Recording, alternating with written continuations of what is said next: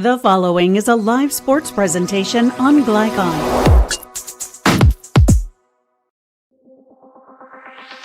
Glycon's coverage of Central Kentucky high school football starts now.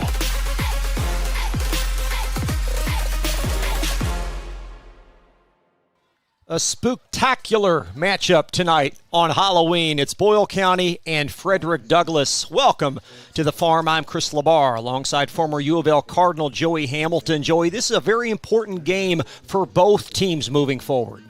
Very important game tonight. Both teams getting an opportunity before the playoffs to play a really solid opponent. Most of the time, you're game 10. A lot of teams like to play a lesser opponent, try to prepare and get healthy for the playoffs, but not these two coaches. They both are championship bound. You know, they both have championships of their own, and they know what it takes, so they want to play a tough opponent right before the playoffs. Certainly from an RPI perspective, Boyle County in a dogfight in 4A with Johnson Central. Douglass right now positioned third in 6A. St. X is fourth. St. X a very impressive win last night, so a lot riding on this game, and both teams riding a 6-game winning streak. Both teams, first of all, their defenses have stood out over the last 5-6 games. Their defense have come up. Boyle County giving up less than a touchdown a game. They haven't given up 2 touchdowns since September. And this Frederick Douglass team, they've just put up solid number after solid number. Over Bryan Station 10 points, Madison Central 15. Shut out a good Mill team at Mill.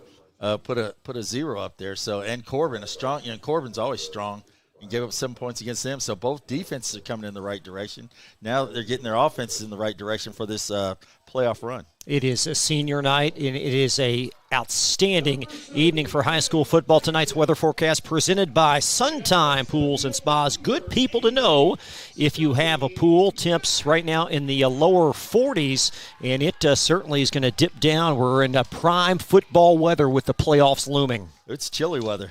It is football weather. When it gets cold and you start making that chilly, and as you say, Halloween comes around, boo! It becomes a spooktacular night, as you said, and that's when the crunch time is coming.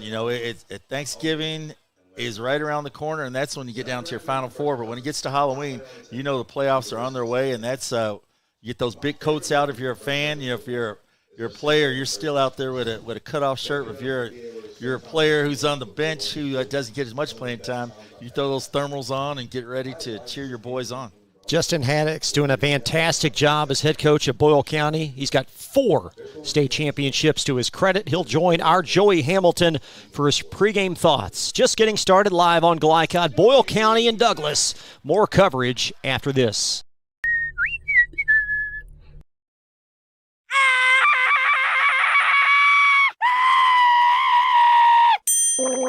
Leaves and other dirt and grime are no match against the experts at Suntime Pools, your BioGuard dealer. Weekly service, computerized water testing, or just need advice. Our reputation has made us the company of choice for all your pool needs. Visit us today for a full line of BioGuard swimming pool products. Suntime Pools. Hey, who turned out the lights? Hello? New recruit, take advantage of our apprenticeship program. Come out of our 4-year course debt-free. With health insurance, a guaranteed pension, a degree, and an electrical license. 3 words I'd use to describe the apprenticeship are opportunity, skillful, educational, solid career path, rewarding, beneficial, and a brotherhood. A life-changing opportunity. The cost of school is free. All your books are paid for. You go to school once every 2 weeks. All the other stuff is on-the-job training. The teachers here are great. They're all very, very knowledgeable. They're preparing you for what you're already seeing in the field. If you're struggling with something at school, sometimes your fellow students can help you work through that. Everyone's willing to help each other. It's like a big family. I love being a part of a union, something bigger than myself. This field is so vast. You can find something that you really love to do because there is so much you can do with it. I went from a job to a life-changing career. Power up your potential with the IBEW. Home of excellent service, support, and satisfaction, Lexington Outdoor Power Equipment is your one-stop mower shop. Family owned since 1985, Lexington Outdoor offers top brands like Husqvarna, Toro, Grasshopper, and Echo. Plus, free pickup and delivery. Located just 2 miles west of Douglass High School, they're open weekdays and most Saturday mornings. For more info, stop in or visit their website at lexoutdoorpower.com. Lexington Outdoor Power Equipment, the right equipment for the right job. Listen up.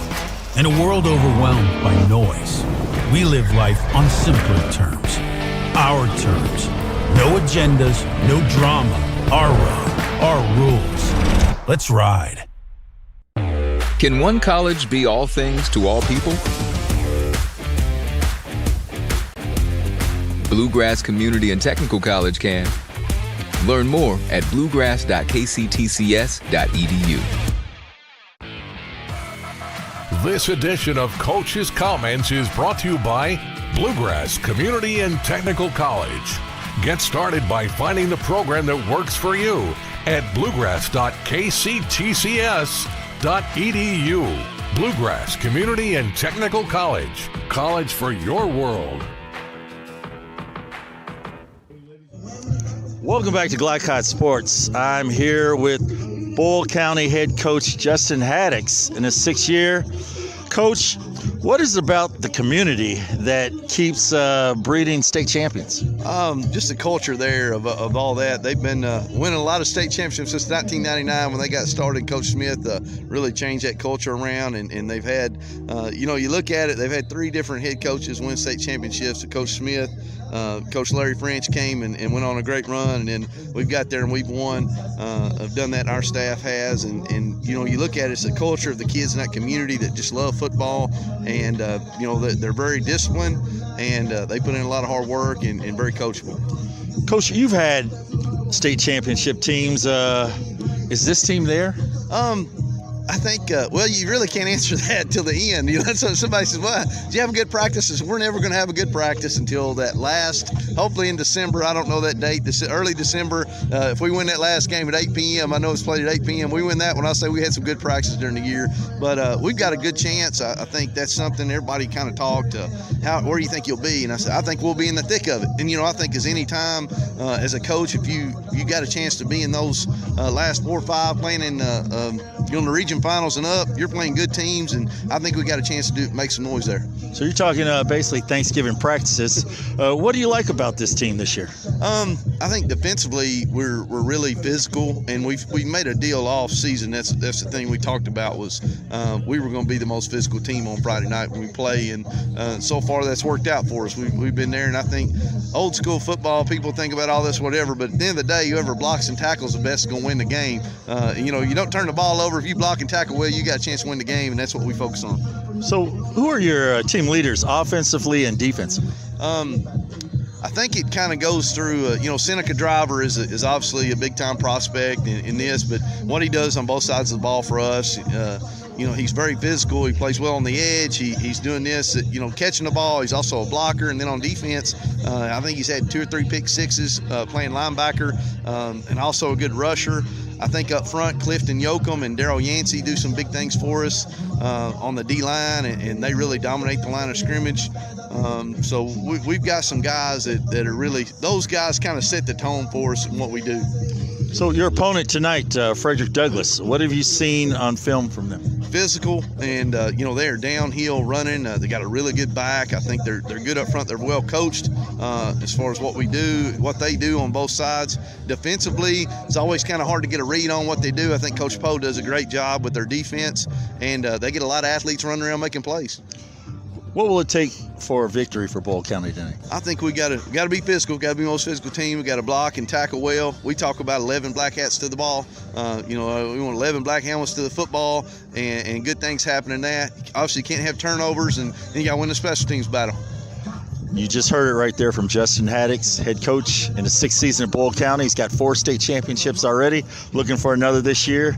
This is Joey Hamilton signing off. Glycod Sports.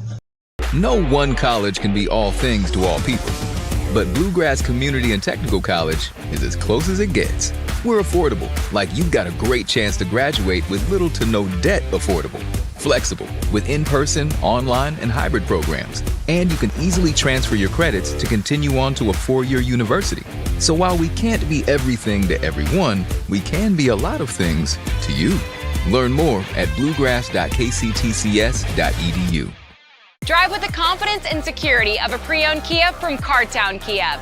This incredible certification package is loaded with a 5-year, 60,000-mile bumper-to-bumper warranty, a 10-year, 100,000-mile powertrain warranty, 10 years of national roadside assistance, and 2 years of free maintenance. Choose from over 70 certified pre-owned Kias or over 1,000 vehicles of all makes and models. It's new car driving at used cars prices with certified pre-owned Kias from CartownKiaUSA.com. We all make choices about alcohol. Kids make choices whether to drink or not. Bye, Dad. Bye-bye. Remember, I'm going to Alex's party tonight and sleeping over. Have fun. Hey, remind me about that party again? And adults make choices whether to talk about it. That's true of parents and every other trusted adult in a kid's life. Kids want to know our expectations, and they want honest answers in everyday conversations. So talk with your kids and help lead them on a positive path. Because when you talk, they hear you.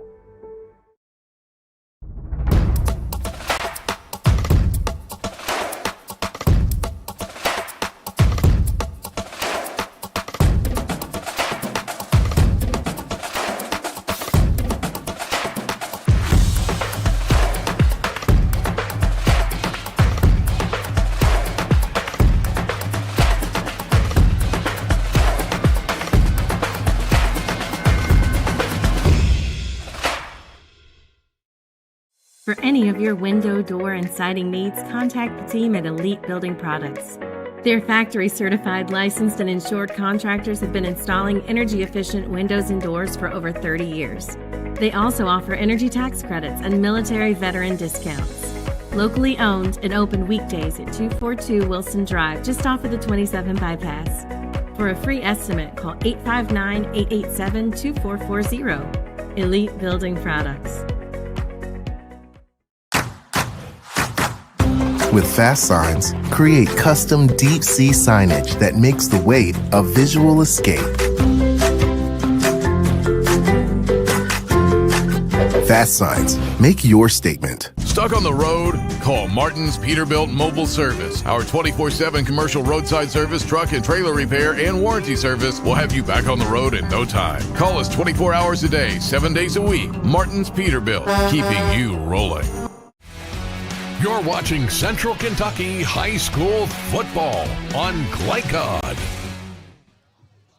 Tonight's broadcast is authorized by Frederick Douglass High School with production rights owned by Glycod. Our aim is to provide the most positive representation for all participating student athletes, coaches, and game personnel. Thank you for watching. Joey, to piggyback off Justin Haddix's comments, it's a community effort there, and what they've done, it's outstanding amongst all parts of that environment. They start from second grade, first grade on. You know, you have the same player with you from 6 years old to the time you're 18, which really makes a difference. As you can tell, you know, usually in the bigger cities, Louisville, Lexington, things of that nature, you might get 4 years with a guy, 3 years with a guy in high school. Really special if you get 6th, 7th, 8th grade with them. But, you know, that it's just not very common. And there, you're with a player from, like I said, from 6 years old, 7 years old. You played with him. You know his habits. You know if he's going to go left, you're going to go right. You know, you just know those things. And that community, they've just compounded and come together, and you see the result, state championship after state championship. Commitment to coaching, commitment to incredible hard work by the kids. But how about the parents, the devotion that they have to show up to get their kids to practice? You know, those parents, you know, I mean, as I know most parents, you know, that really love football are going to have their kids there. But in that community, you know, this mom's going to carpool these 7 guys there this weekend. This mom's going to carpool Tuesday night. That mom's, and then on, you know, Monday night when they get home, this dad's got all the pizza. This dad on Tuesday night's got all the chili or the hot dogs, you know, and you know, this dad's washing all the socks on Wednesday night. And you know, it's just it's a community effort. And, you know, to get something like that, it's special. And you know, it just shows. I mean, they are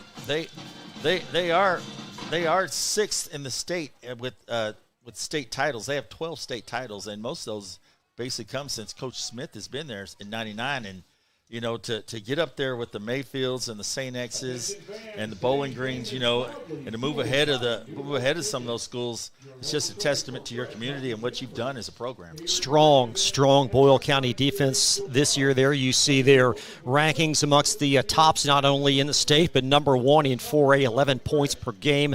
And turnovers, just such an opportunistic defense. This is a group that had 4 interceptions last week versus Wayne County. Yeah, 4 interceptions last week against Wayne County. As I said, you know, they gave up 7 against Wayne County, 7 against Lincoln, Russell County, 0.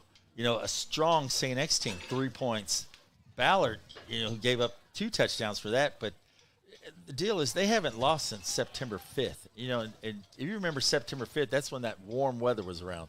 That's when we were just coming off the holiday weekend, you know, and they haven't lost a game since then. And you just feel it. When you talk to the coach, you watch the players, I can feel it. I was over there with some of their fans, sat over in the bleachers with them, and you just getting a feel for that community feel of just togetherness. And it's special. It's different. And I just soaked it in for about 10 minutes over there. The loss September 5th in Lexington to Lex Cath. Frederick Douglass playing very well as well. They've won 6 in succession. Nathan McPeek will offer his pregame thoughts after this timeout. You're watching Central Kentucky High School football from Glycod. Take the short drive to satisfaction with the Tim Short Auto Group. Up to 5,000 vehicles to choose from. Shop online or in person. Hey, I'm Tim Short. I'd just like to invite everybody out to one of our 27 locations, or check us out online at timshortautogroup.com. Take the short drive to satisfaction and bring home your new vehicle. Looking for a partner that delivers big results with a small business touch? Meet Strat BPO, a joint venture combining 49 years of federal contracting experience with the agility of being woman-owned.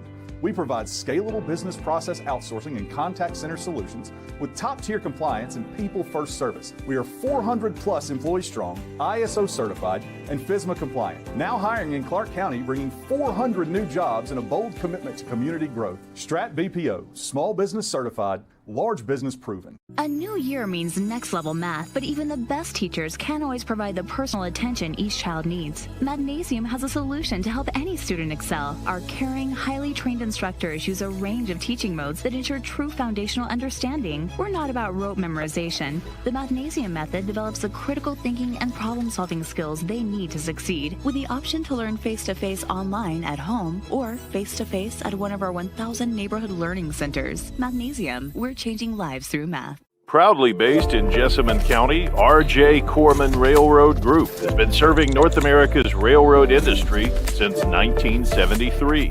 Find out more by visiting rjcorman.com. For high-quality railroad service, it's R.J. Corman. New recruit, take advantage of our apprenticeship program. Come out of our 4-year course debt-free. With health insurance, a guaranteed pension, a degree, and an electrical license. 3 words I'd use to describe the apprenticeship are opportunity, skillful, educational, solid career path. Rewarding, beneficial, and a brotherhood. A life-changing opportunity. The cost of school is free. All your books are paid for. You go to school once every 2 weeks. All the other stuff is on-the-job training. The teachers here are great. They're all very, very knowledgeable. They're preparing you for what you're already seeing in the field. If you're struggling with something at school, sometimes your fellow students can help you work through that. Everyone's willing to help each other. It's like a big family. I love being a part of a union, something bigger than myself. This field is so vast. You can find something that you really love to do because there is so much you can do with it. I went from a job to a life-changing career. Power up your potential with the IBEW. You're watching Central Kentucky High School football on Glycod. Happy Halloween. Welcome back to Frederick Douglass High School. A big one to close the regular season. The Broncos host Boyle County. Nathan McPeek, head coach of Douglass, joins us. Coach, first of all, the mentality to play a big game like this so late in the season when, many other teams kind of take the week off. Yeah, I mean, it's we've played this game for the last few years in week 11, and when the contracts are up, obviously who I can play is a very selective group. It's hard to find games, especially 7 games when you only got 3 district games. So, a few years back, I'm sure you remember, we only played 9. So, it's hard to find a full 10-game schedule, and, we got to play the elite programs, and obviously Boyle is an elite program. But, I'm okay with it just because it gives us our 10th game, and, it fills our schedule out. Obviously, they're a heck of an opponent. They're one of the standards of high school football in our state. And, but it's been a good game for us. And I think for them, even though they've won the last couple on us, it helps them too, going into the 4A, playoffs, just like it helps us with 6A. And, you do, obviously, you hope both teams stay healthy. You don't want to get anybody hurt, week 11 going into the postseason, because that's what it's about. And, but that's kind of my thought process in it. It's, yes, I know they're a great team, but, obviously I take what I can get schedule-wise. You guys playing much better, Coach. Winners of 6 straight. Is there one singular point that you can, really emphasize the improvement on? Just experience. I knew back in June our first 3 games are going to be pretty tough. It's a situation where, our opponents were really, really good, and we didn't have much experience coming back. So I think experience is a big part of that. And obviously, when Brady got hurt week 2, unfortunately, he won the job out of camp. Jaden come in and has been distributing the ball well. He's been doing a good job for freshman quarterback of getting our quick game going and processing quick information. So he'll have to make some plays tonight. I think he'll have to play a lot better than he's played the last couple of weeks, in the throw game for us to be competitive tonight. But I think that's the biggest thing. And I think our O-line has gotten a lot better. We weren't very good early in the year, and a part of that is who we're playing. But I think we're starting to settle in. We're being more physical up front, and we've gotten a lot better there. So, when you look at what Kari's done, the last 5-6 weeks, it's pretty impressive. So we got to do that again tonight. Yeah, Dakari closing in on 1,000 rushing yards for the season. You've coached so many great players. You care to compare his ability with some of the others? I mean, it's right up there. He's probably not – I say he's not as fast as some other guys, but, he's sitting there mid-20 miles an hour, during a game. I think he's got as close to 21 miles an hour. So, that's still pretty daggone fast. And he's just very elusive. And when he decides that he wants to gain a couple yards, it's very tough. Like last week against GRC, I think he got hit at the 8 and ended up running people over to score a touchdown from the 5. And it was just, to me, that was one of the more impressive runs that he's ever had there. So, it's a situation where, he's a great player for sure. A couple of failed extra points last week. What's the concern with the kicking game? Yeah, it's it's full operation. It's, snap, kick, hold, everything. And, obviously our kickers are, they're not super experienced, but now it doesn't matter. The ball's going to be a little harder and it's colder outside. So, it's got to be 3 operations. We work on it hard every week. We do it 2 days a week in pads. And some of it is, the blocking, and some of it is just, the operational side, but definitely something that, we got to get better at. It's got to be automatic if you get a good snap and a good hold. So with the RPI being what it is, St. X a big win last night over Madison Central. They're 4 now. You're 3rd. You're coming into this big one tonight. Is that on your mind at all? Yes and no. I kind of know what our matchups are. Obviously you take care of business each and every week, but, obviously it's a big one. For them, it's probably even bigger because they're just a little bit behind Johnson Central to be a 1. For us, I think we can stay the 3 if we win. We could drop as low as the 5 probably if we lose. So it's definitely an important game for both teams. Good luck tonight. Thank you. Appreciate you. Thank you. And Coach Nathan McPeek. Be right back after this on Boille County. Take the short drive to satisfaction with the Tim Short Auto Group. Up to 5,000 vehicles to choose from. Shop online or in person. Hey, I'm Tim Short. I'd just like to invite everybody out to one of our 27 locations, or check us out online at timshortautogroup.com. Take the short drive to satisfaction and bring home your new vehicle. Looking for a partner that delivers big results with a small business touch? Meet Strat BPO, a joint venture combining 49 years of federal contracting experience with the agility of being woman-owned. We provide scalable business process outsourcing and contact center solutions with top-tier compliance and people-first service. We are 400-plus employees strong, ISO certified, and FSMA compliant. Now hiring in Clark County, bringing 400 new jobs and a bold commitment to community growth. Strat BPO, small business certified, large business proven. Listen up. In a world overwhelmed by noise, we live life on simpler terms. Our terms. No agendas, no drama. Our road, our rules. Let's ride.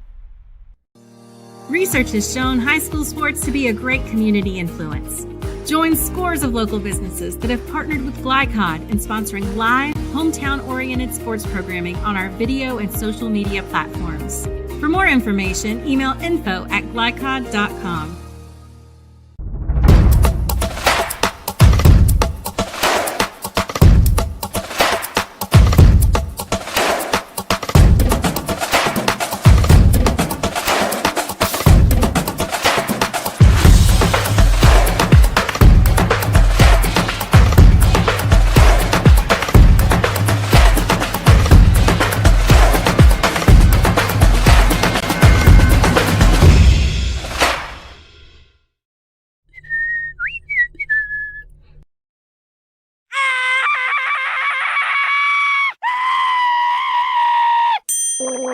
Leaves and other dirt and grime are no match against the experts at Suntime Pools, your BioGuard dealer. Weekly service, computerized water testing, or just need advice. Our reputation has made us the company of choice for all your pool needs. Visit us today for a full line of BioGuard swimming pool products. Suntime Pools. Hey, who turned out the lights? Hello? Need a tow? Martin's Peterbilt Towing Service is here 24/7. Based in London and Pikeville, we will travel to you. Commercial trucks and trailers, no job too big. Call us 24 hours a day, 7 days a week. Martin's Peterbilt, keeping you rolling. You're watching Central Kentucky High School Football on Glycod. Time now for the keys to this matchup presented by our great partners at Martin's Peterbilt of Central Kentucky. They strive to keep your trucks moving through outstanding parts availability and unmatched service. Joey, what's most important tonight for Boyle? For Boyle tonight, it's just keep consistency on offense. Got your quarterback, got your tight end, got your running back, that offensive line. They just need to stay consistent, do what they've been doing all year. Defensively, they just need to contain the rushing attack. You know, a strong rushing attack by Frederick Douglass, but Boyle can just contain the rushing attack and win third downs. And last, win the field position game. Win the kicking game, win the field position game, and those are going to be the keys for Boyle County to come away with the W. And for Douglass, it all stems on that power running game. Oh, it's all about the power running game. It's the O-line. They must control the run game. They can control the run game, give Talbot some room. Do that, and then defensively they got to prevent the big plays, and then last of all, just limit turnovers. You know, turnovers are huge in games like this, so it's like a playoff game if they can just limit turnovers, and Douglass, those are one of the keys for them to win tonight. Kickoff next. It's Boyle County and Frederick Douglass. We'll have it for you after this on Glycod. A partner that delivers big results with a small business touch? Meet Strat BPO, a joint venture combining 49 years of federal contracting experience with the agility of being woman-owned. We provide scalable business process outsourcing and contact center solutions with top-tier compliance and people-first service. We are 400-plus employees strong, ISO certified, and FSMA compliant. Now hiring in Clark County, bringing 400 new jobs and a bold commitment to community growth. Strat BPO, small business certified, large business proven. To hear what's on your mind. Take this time to talk and get it right. You know I'll be there all your life. When you need me, I'll be by your side. Little everyday conversations about the dangers of underage drinking can make a big difference in a child's life. Talk, they hear you. From Glycod, it's Central Kentucky High School Football. Tonight's game is brought to you by Bluegrass Community and Technical College. College for your world. Manowar Harley-Davidson. 100% Kentucky owned and operated. IBEW Local 360. And here we go, live from the farm as Boyle County will begin this with a football across the 25 down to the 30 and spun down as the Broncos on the defensive end as Boyle County takes it up to the 32-yard line. Real nice return right there by Nate Shepman, junior, wide receiver. Gets across the 20. Good field position to start out with for the Boyle County Rebels. Boyle County offensive line, we expect to see Christian Bryan at left tackle, Colt Kelly at left guard, Gavin Steele the center, the right side of the line, Garrison Bragg and J.J. Goodman. The quarterback, sophomore Jet Raleigh, with the featured running back of Jadine Smith-Heisel. And a quick run around the edge as a couple for Boyle County. Yeah, Sam Blakemore just looked like a little shuffle pass right there. Looked like he's going to show pass and then shuffled it right up to Blakemore. Blakemore trying to get a few yards there. Nice job there by that Bronco defense. Boyle County's offense averaging 33 points per game on the season. And what's most interesting is both these teams haven't lost since September, but it was on the same weekend, which is very ironic. Rolling to the near side, Raleigh. He's going to heave it down the middle of the field, and it's batted away and incomplete. That ball underthrown just a bit. And nice coverage by Damon Green. Yeah, that was a well-executed play right there, a little bootleg action. And next thing you know, a man that you would never want to leave open. Never, number 5, right there. Seneca driver, 6'7", 267, 225. You almost can't miss him. It's just wide open, and the quarterback's underthrew him just a touch. The third down and long on the first drive of the game. As the Rebels from their 34. Crafty run up the middle and spinning short of a first down. The ball brought down at the 41. That was Sam Blakemore on the carry. Big third down play right there. The Broncos stop them, but it looks like Boyle County's going to keep it. They're going to go for this on 4th down and 1, maybe 2-ish. And the Rebels with a substitution as they go forward here on apparently 4th down and short. Daryl Yancey coming in, number 7, coming in for the running back, Sam Blakemore. They're late. Inside handoff and a first down. Hard-earned yard for Daryl Yancey. And he'll pick up about 3 up to the Boyle County 44-yard line. Just a nice inside dive right there. Yancey looks like he's the back to go to for short yardage right there. Just picks up the first down easily right there. That's a big time play on 4th down to take a chance right there. But obviously, Coach Haddix feels he could make that. First down and 10. As the Rebels pick up an early 4th down conversion. Misdirection handoff to the near side and a nice burst up to the Frederick Douglass 48-yard line. You know, little sweep action right there. Basically, they send one man in motion behind the quarterback and just give it to Blakemore again, and he has a couple guys pulling that way, and they just gain 9 yards. That's Sam Blakemore again on the tote. And Boyle County on the march here early. I'm sorry, I didn't say not very positive when Corey Fields has to make all the tackles right there for you. He's made the last 2 tackles there, but 9 yards deep. Fields the leading Broncos tackler on the season, 75 of those coming in.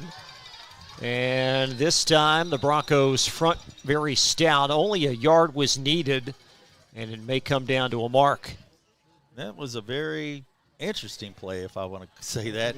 You saw number 13 right there, Jax Crow, just come across the line, and they just kind of tossed it to him, but he got nothing right there. You had Corey Fields and you had Nelson Ariza on a nice tackle. Yeah, Ariza Kia having an outstanding senior season. He moonlights as the punter for Frederick Douglass. 3rd down in identical yardage as Boyle going to pick this up as the pile moves. Nice leverage by that front for Boyle County across the 44. They'll mark it down at the 41-yard line and another first down. And that's Yancey again on the short yardage run right there. They bring Yancey in, looks like, for the short yardage carries right there. And Yancey just bulls his way there, gets the first down. Here's your man to Corey Fields with another stop on that second level run. Yeah, Fields was leading 6A in tackles there for a week or two. He's still the top 5. Yancey again spinning inside. He'll pick up a nice healthy chunk of about 5 yards on first down. Joey, what's made this rushing attack so strong on this drive? Oh, well, you see the numbers up there, 54, 73, 55. It's that big offensive line. They're just creating huge seams against that Frederick Douglass defense right there, and there's not much they can do. They get to second level before Frederick Douglass can make a tackle.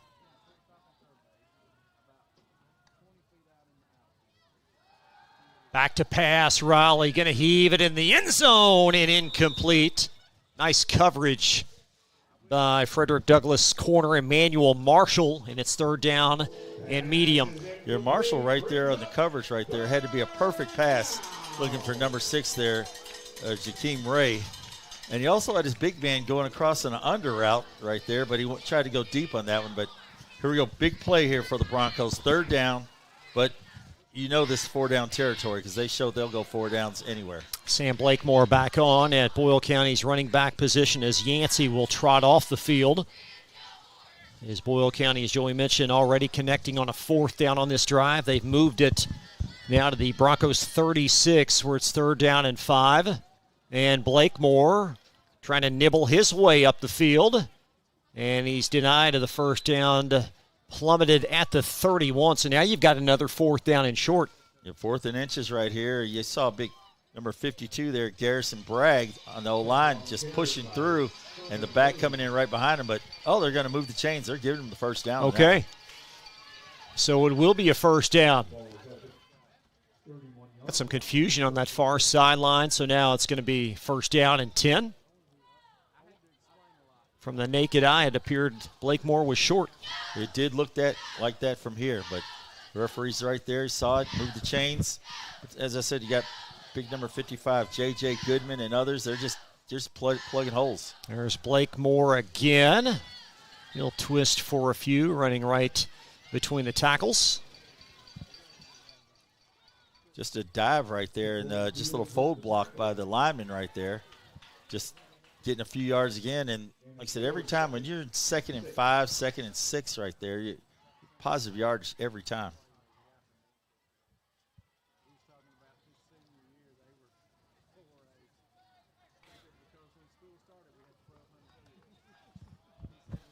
Second down and 6. And this can take it right out of a defense, take the heart right out of you when the team just drives straight down the field on you like this.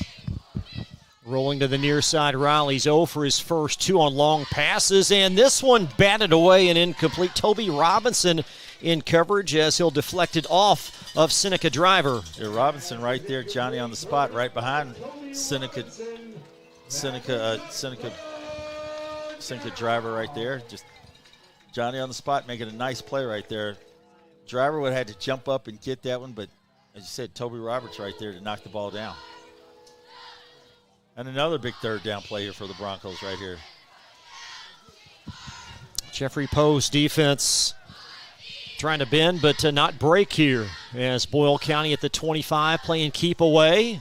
Strong run appears to be short up at the 23. That's Daryl Yancey with the call. Yancey right there, but Lamontre Brown right there, the D-line making a nice tackle, holding on to make the stop, but 4th down. This is another 4th down play right here. And you got number 7 in the game, and they went to him like every time thus far on these 4th and 1s, 4th and 2s. So they give you that old school Dallas Cowboy look there where they shift around and move around with the line. Yancey again and denied as the Douglas front. I don't think he made it. What a hit right there. What a hit. That was a nice play right there. Going to be Frederick Douglass football on the turnover on downs. Arizakia with a nice tackle right there. Nelson Arizakia, if I could say it correct, Arizakia.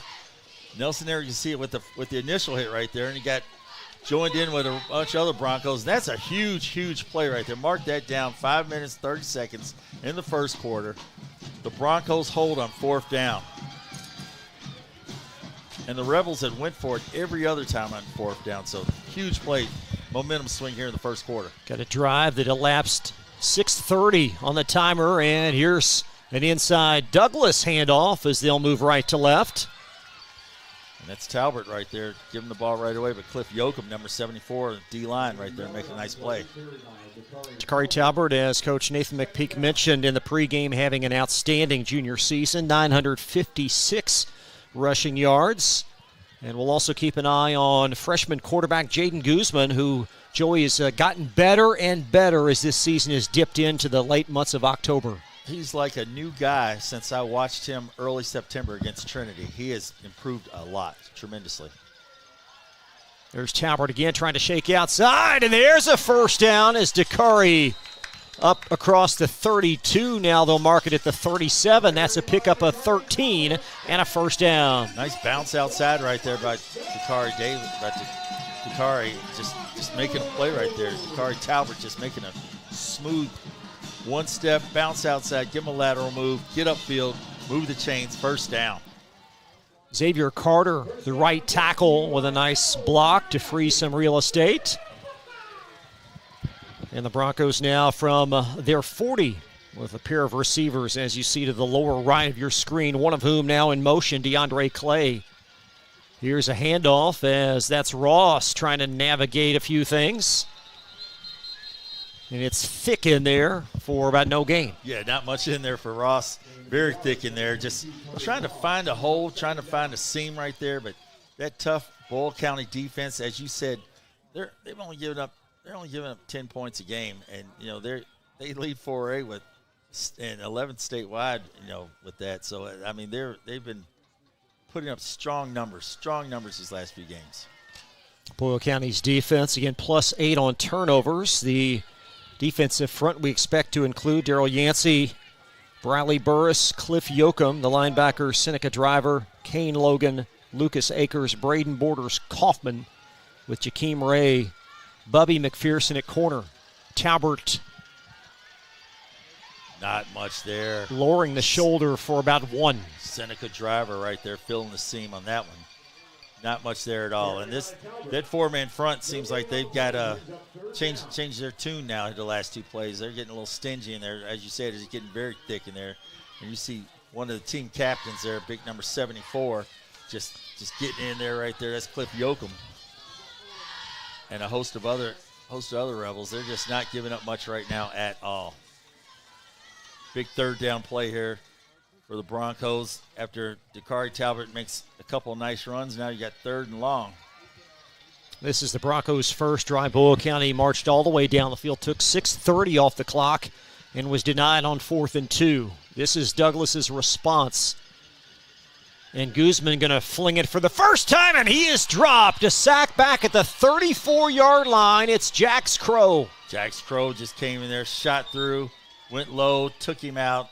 Quarterback looking for somewhere to throw it, and when someone comes at your legs like that, you just kind of, as a quarterback, you see everything. There's a flag back in the defensive backfield. I don't know if we have a hold back there. Looks like we might have a defensive hold, and that's going to move the chains and then possibly a first down there for the Broncos. John Smoot, the official, defensive holding, and it's going to be a Broncos first down. That's a huge break for the Broncos right there. After Jax Crow makes a huge play, sacks the quarterback, but you're going to move the chains, defensive holding. Good break there for Coach Nathan McPeek and his squad. From the Boyle 48-yard line. Jax Crow 5 tackles on the season. And Ross again parading around the edge. Nice pickup of about 4 as he'll seal off across the 46 to the 45-yard line. Not much there, though. He's a nice run there, but big number 5 and number 9, Nate Shepman and Seneca Driver right there in the tackle right there. Driver covers a lot of lot of territory right there as the middle linebacker. You can see why there's 22 schools trying to look for him. He's got his own conference. He's got 2 conferences. He's got the SEC and the Big Ten. I mean, probably had Big 12 too. He's just got so many schools after him. But if you watch him, folks, tonight, watch number 5 in the white. 2nd down and 5, under 2 now in the first quarter. Guzman out in the flat. Terry Kaysen will gobble it up, and Kaysen gang tackled. That's Kane Logan, outside backer, leading the charge. So now you lose 2, and you're staring at 3rd down and about 7. Yeah, nice quick screen pass right there, but it looked like Kaysen had room on the inside, and he bounced right outside to the defender and made it very easy for Kane Logan. Logan just all he had to do was open his arms and squeeze right there. If he bounced inside, he might have gained a few yards. He might have had to take a little contact, but he probably would have gained some positive yards out of that. Puts these Broncos in a tough third and long situation. From the Boyle County 46, Guzman in the shotgun. And Jaden going to set up a screen, and that ball's caught, and there's a first down as Kaysen utilizes the stiff arm out to the 28-yard line, and that's going to be a pickup of 17 yards. Nice bubble screen right there underneath. You saw the defensive linemen, they were coming, and I was like, wow, they're getting in there quick. But the offensive line let them through. Next thing you know, Kaysen catches that bubble screen underneath and picks up big yardage. First down, Broncos. And a sidearm throw there. Is that Doug Flutie making that pass? Gave a little Doug Flutie action there. First down and 10. Not much room there for Talbot right there. Number 24 in there on the play right there. That's Braden Borders-Kaufman and a host of other white shirts, or shall I call them black hats, as the coach said. He said he likes to get the 11 black hats to the ball, and let's get black hats trying to get to the ball right there for a short gain. Been 2 very impressive drives, one for each team to start this game. Broncos trying to get on the board. Latter stages, opening quarter. Talbot on the call, sprints nice outside, move. And a first nice down. Dakari, first down and goal looming for the Broncos. That's a big-time move right there by Dakari Talbot right there. First of all, he got a great block from number 71 right there. That's going to be Rajan Galipsky, and as Galipsky makes that great block, Talbot bounce left, then sprints to the side. That's a nice move right there. I'm sure some college scouts will like that. That's going to take us to the end of the first. A great first 12 minutes. Outstanding. Broncos first down and goal. Be right back after this. Central Kentucky High School football live on Glycod. Take the short drive to satisfaction with the Tim Short Auto Group. Up to 5,000 vehicles to choose from. Shop online or in person. Hey, I'm Tim Short. I'd just like to invite everybody out to one of our 27 locations, or check us out online at timshortautogroup.com. Take the short drive to satisfaction and bring home your new vehicle.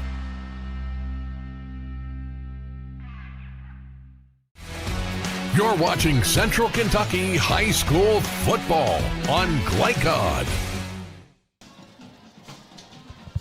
First down and goal for Frederick Douglass inside the Boyle County Tyndall Market at the 6. Is Talbot a very patient run that time? He just comes up there, gets the ball, waits for his line to make a nice block for him, and then makes a nice cut there. He's shown that 2 or 3 times right there. Very elusive for a young man. Like I said, he's a junior. He's 5'9", 175 pounds, and I'm sure he's got his 1,000 yards by now. Yeah, 9:56 coming in. And Talbot around the left edge, sprinting in for 6. Touchdown right there. And that's a nice play right there. They manipulate that linebacker right there, bring Seneca driver right up, and then they seal him and bounce it right outside of him. Nice play right there. Nice run, touchdown. 6-0, 11:53 to go here. Nice drive there. Very nice drive there by the Broncos. Well, you go back to that Nelson Ariza-Kia denial on 4th down and short for Boyle County. And that pinballed this drive here. Big-time play right there. Just huge. See how the Broncos do here on the extra point. They missed 2 last week, one of which was blocked. As Coach talked about it. Wallace nudges it through. There you go. Coach talked about it, and he said, you got to put it down, you got to block, you got to kick it. So, hey. Be right back after this. 7-0 Broncos. Listen up. In a world overwhelmed by noise, we live life on simpler terms. Our terms. No agendas, no drama. Our road, our rules. Let's ride. You're watching Central Kentucky High School football on Glycod. Jakari Talbert, his 12th rushing touchdown of the season. This a sprint from 6. And now Boyle County will possess the football for the second time. Drive, Joey, about 70 yards in length. It's trick or treat, and we got the treat right there. It was a treat for all those Bronco fans watching that, because the way Talbert was just making moves every time he got it, he was patient. Then he cut. Then he got great blocking by his line, and it's just a nice, long, pivotal drive right there. First drive for the Broncos, 7-0. He had the screen pass to Case in a 17-yarder. Yeah, just really nice plays right there. It's just a good offensive drive right there. You couldn't ask for more from Coach McPeek from his offense. So the Broncos will kick off. It's going to be kept on the ground, Karam, and retrieved at the 30 as Boyle County will take it up to the 42-yard line. That was Jakeem Ray on the return. Yeah, Jakeem Ray in the return, and a nice tackle there by Devlin Lattimore right there. Lattimore just kind of lassoed him from behind right there. A nice play right there. But just the moves by this back. He's just cutting left, cutting right, just dancing, just making great plays. But now we'll see what Mr. Jet Rowley can do here with his offense coming back out for a second drive. Sam Blakemore, the featured back, and there's a flag. And that's Seneca Driver just getting a little impatient. Might have been a pass play to him the way he jumped off there a little bit. And very uncommon right there for Boyle County for a penalty like that, but just make it a little harder there for him to get the first down here. Line of scrimmage now at the Boyle County 36. Staircase formation to the near side. Blakemore on a handoff inside. He'll pick up a couple back to the 39. We've not seen Janine Smith-Heisel just yet for Boyle County. He is their leading ground gainer on the year, over 700 rushing yards. We've not seen him at all. And looks like number 27, Sam Blakemore's been getting the bulk of the carries there. You also had Daryl Yancey in there a few plays, but they're running right there toward the tight inside last play, but still did not get very much. Good defense there by the Broncos. Second down and long. There's Kane Logan donning number 0. He'll reshift to the near side and an inside draw. And a nice burst between the tackles. There's a late flag thrown well beneath that play by the back judge. That was a nice cut there, though, by the running back there. He kind of came up, stopped, cut left, juked out a few players right there. Got some real positive yards there, but let's see what this flag is about. Now John Smoot going to get to the bottom of it. And a 15-yarder personal foul face mask on the Broncos. That will be enough for a first down. That's a killer right there. Make a very nice play after Boyle County made a mistake of their own, made it 1st and 15. You would have had them 3rd and long there, and then to have a 15-yard face mask right there just kind of hurts big time. 3 receivers at the top of your screen. Boyle County on Douglas's scoring march with a key penalty as well on the defensive end. Yes, that was key for them on that holding to get them a first down. And they've repaid the favor right back. Got an empty formation to the near side, the press box side here on the meat of the field, and they're going to run that way in a crafty run up the middle. That's Blakemore shifting gears for a couple up to the 36-yard line. Blakemore with a nice run right there. There's also a nice tackle there by number 9, and that's going to be to Corey Fields. But if the tight end right there, Mr. Seneca Driver, he just cleared the whole side. He blocked down and took out 3 people right there to create that hole for his running back.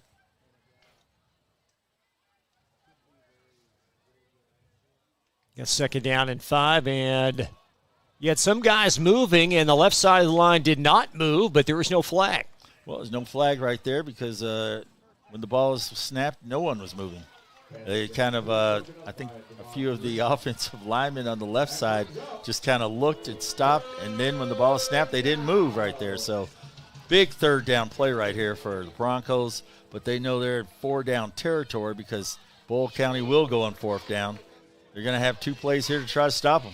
Broncos with some hard hits on that play. Raleigh took one up the middle, and then the intended receiver did as well.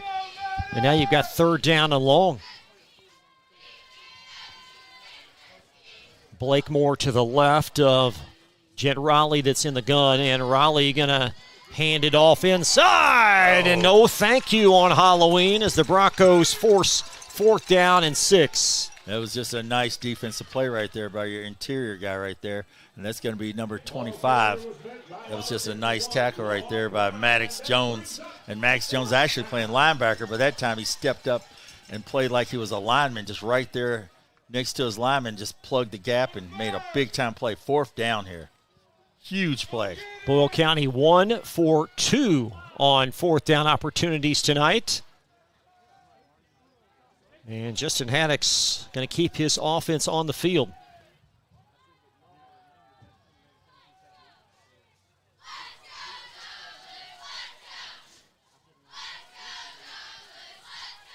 Raleigh rolling, and he's going to fling it to the boundary, and that ball is going to be caught out near the 15-yard line. That's a pickup of 24 and a big 1st down. That's a big-time catch, too, right there.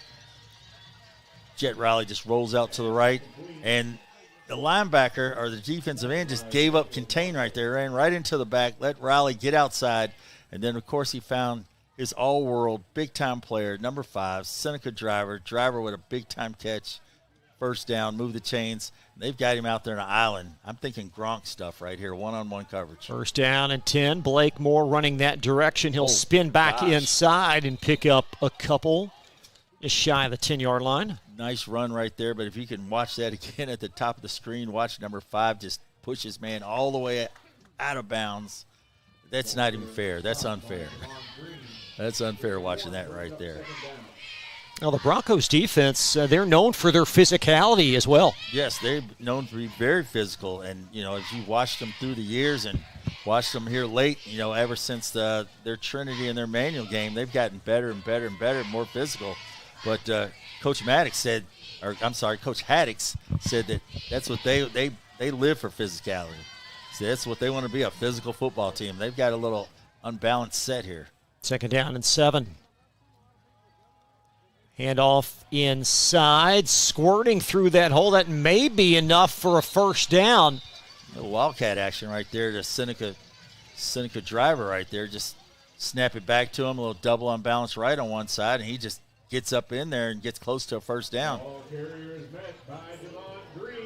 You got 1st and goal, the byproduct of this run by Driver. Great patience to find that hole. They're not giving it to him. Looks like they're 3rd down. Looks like they're okay. It looked like he had it though from here as well, but it's 3rd and inches. Well, the lineman over there actually signaled 1st down. Handoff again. Did Boyle get in? And the Rebels going to pick up a touchdown. It looks like.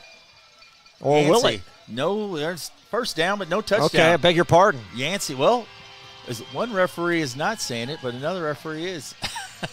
I thought we saw that from the far side official. We did. It was, but the other official did not say anything, so I guess they're. So the touchdown rush for Boyle County, and the point after, Grant Klosterman, 35 of 37 on extra points this season. Klosterman wears many hats. High kick is going to tie the game. Old lineman, linebacker, and kicker. He's a freshman. We're tied at 7. We'll get to the bottom of that quick Boyle County score right after this. You're watching Central Kentucky High School football on Glycod. Take the short drive to satisfaction with the Tim Short Auto Group. Up to 5,000 vehicles to choose from. Shop online or in person. Hey, I'm Tim Short. I'd just like to invite everybody out to one of our 27 locations, or check us out online at timshortautogroup.com. Take the short drive to satisfaction and bring home your new vehicle.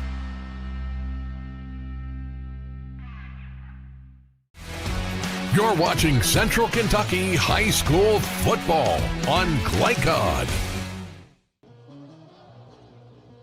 Daryl Yancey with the touchdown rush. And a tie game at 7. A Tim Short Auto Plaza touchdown for Daryl Yancey.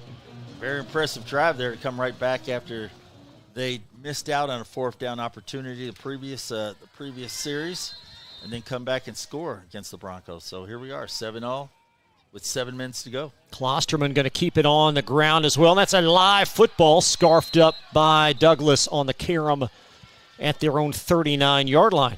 And both teams have done that now. Both teams have just said, we're not going to give your deep guy an opportunity to run the ball. We're just going to squib kick it or kick it down and dirty or whatever term you want to use. But they're going to kick it short and just not give either team's deep return guy a chance to run it. The big 4th down conversion, the pass play to Seneca Driver. Huge play right there, and a big-time catch right there. He had a man all over him and still made a nice catch. See how the Broncos respond here. Under 7 minutes and a very competitive first half, as Guzman going to put it in the belly of Talbert, and he'll squirm for a loss of a couple. Great penetration around the edge. That's Yancey coming around the corner for Boyle County. Yeah, Yancey with the penetration right there, and then big number 5 Seneca Driver follows up and cleans it up. But the penetration there by Yancey is what stopped that right there. If he doesn't get there, I think our guy Talbert's going to get to the outside and make a nice gain out of that.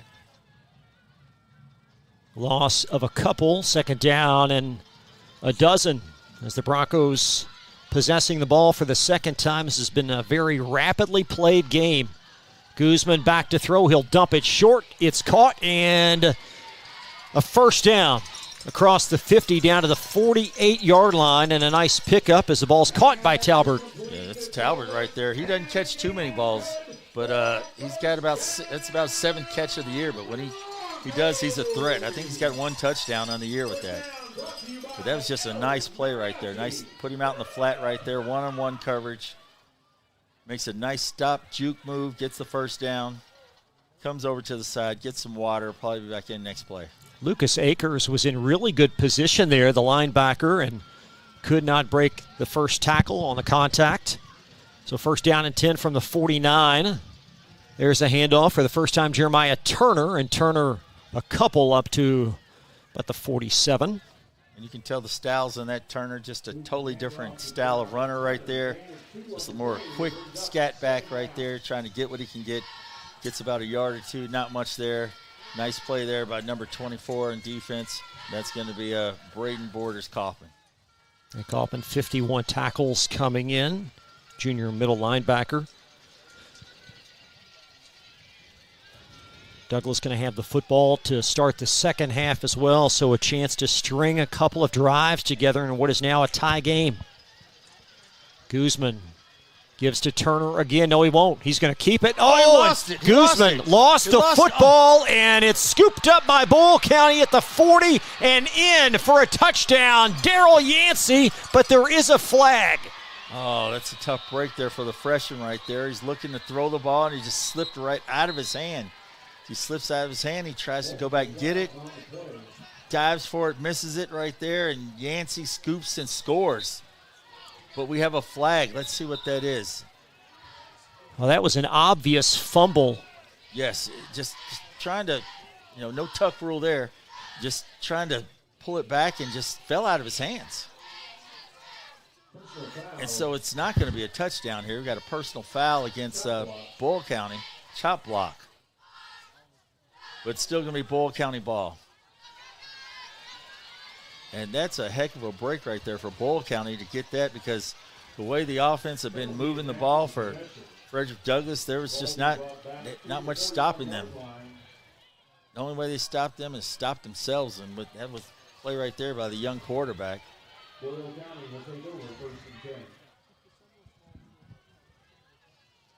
So Daryl Yancey with the scoop right after he scored a Boyle County touchdown. Now a short field from the Broncos 42. Big opportunity here for the Rebels.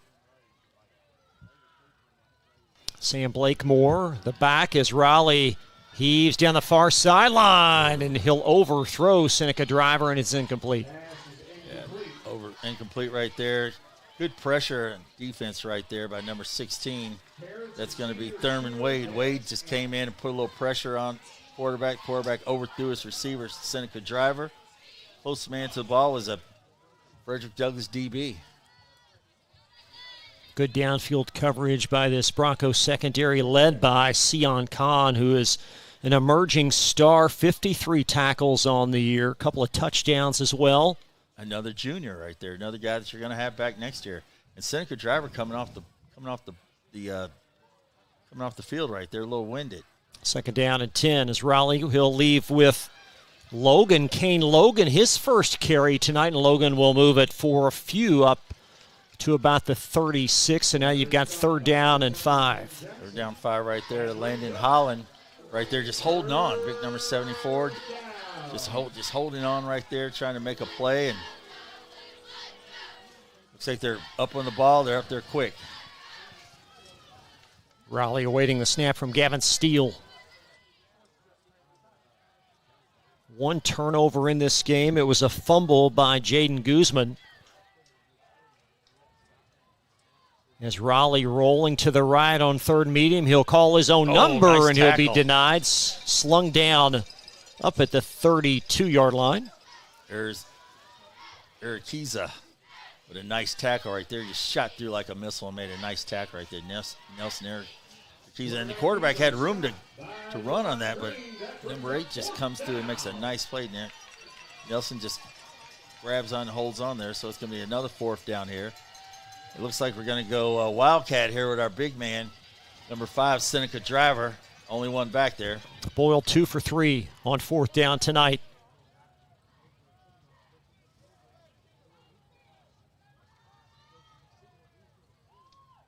And Driver, nice first cut. down, easily connecting on the first down as he'll take it across the 26 to the 25 and a gain of 12. That's almost not fair right there. You got a guy 6'7", 225 making cuts like that.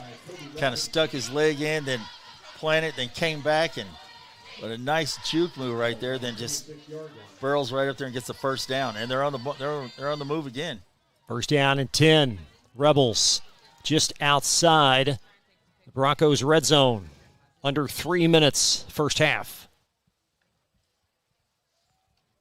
Blakemore, second effort, will net about 7 as he'll lunge across the 20 to the 18-yard line. Great effort by Blakemore. Blakemore is very slithery right there. It looked like 3 or 4 guys had him right there.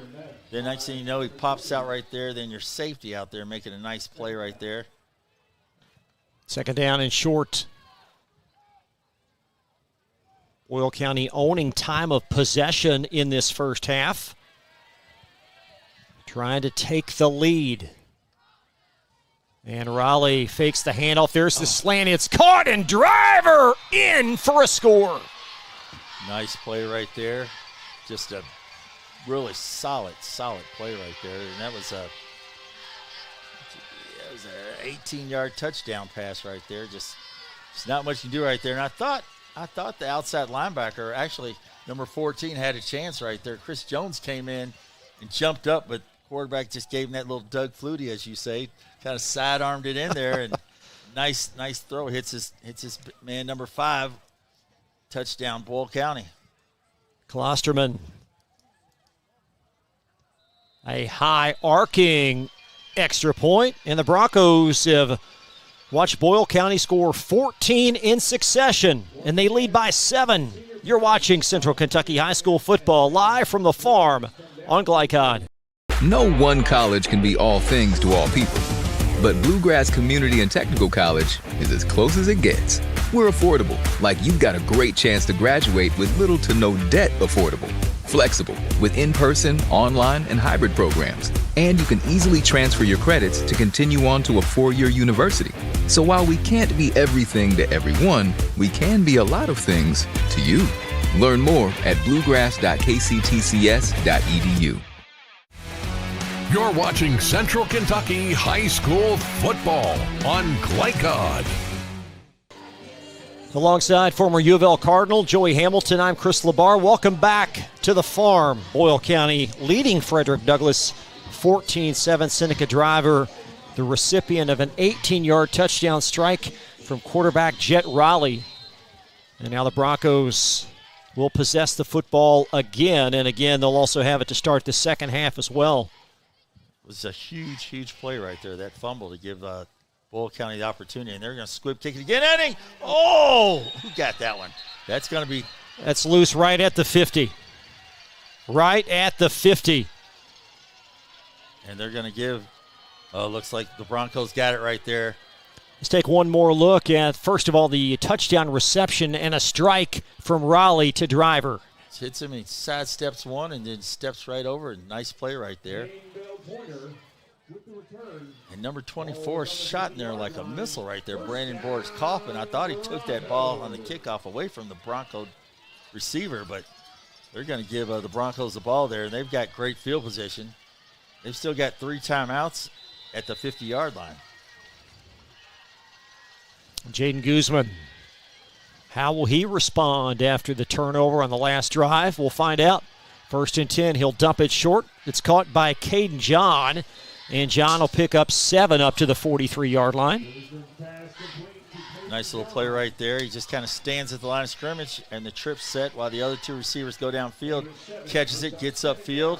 Coach is not going to use a timeout here. He's still got 3 left. They're just got to hurry up and move a little quicker.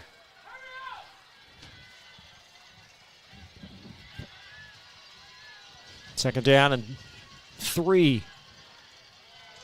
Near side run, it's Talbert, and a left-footed spot back to the 41, and that whistle signifies a Broncos timeout. Yeah, Jax Crow right there just felt what he did is came right in behind big number Quentin Fields right there.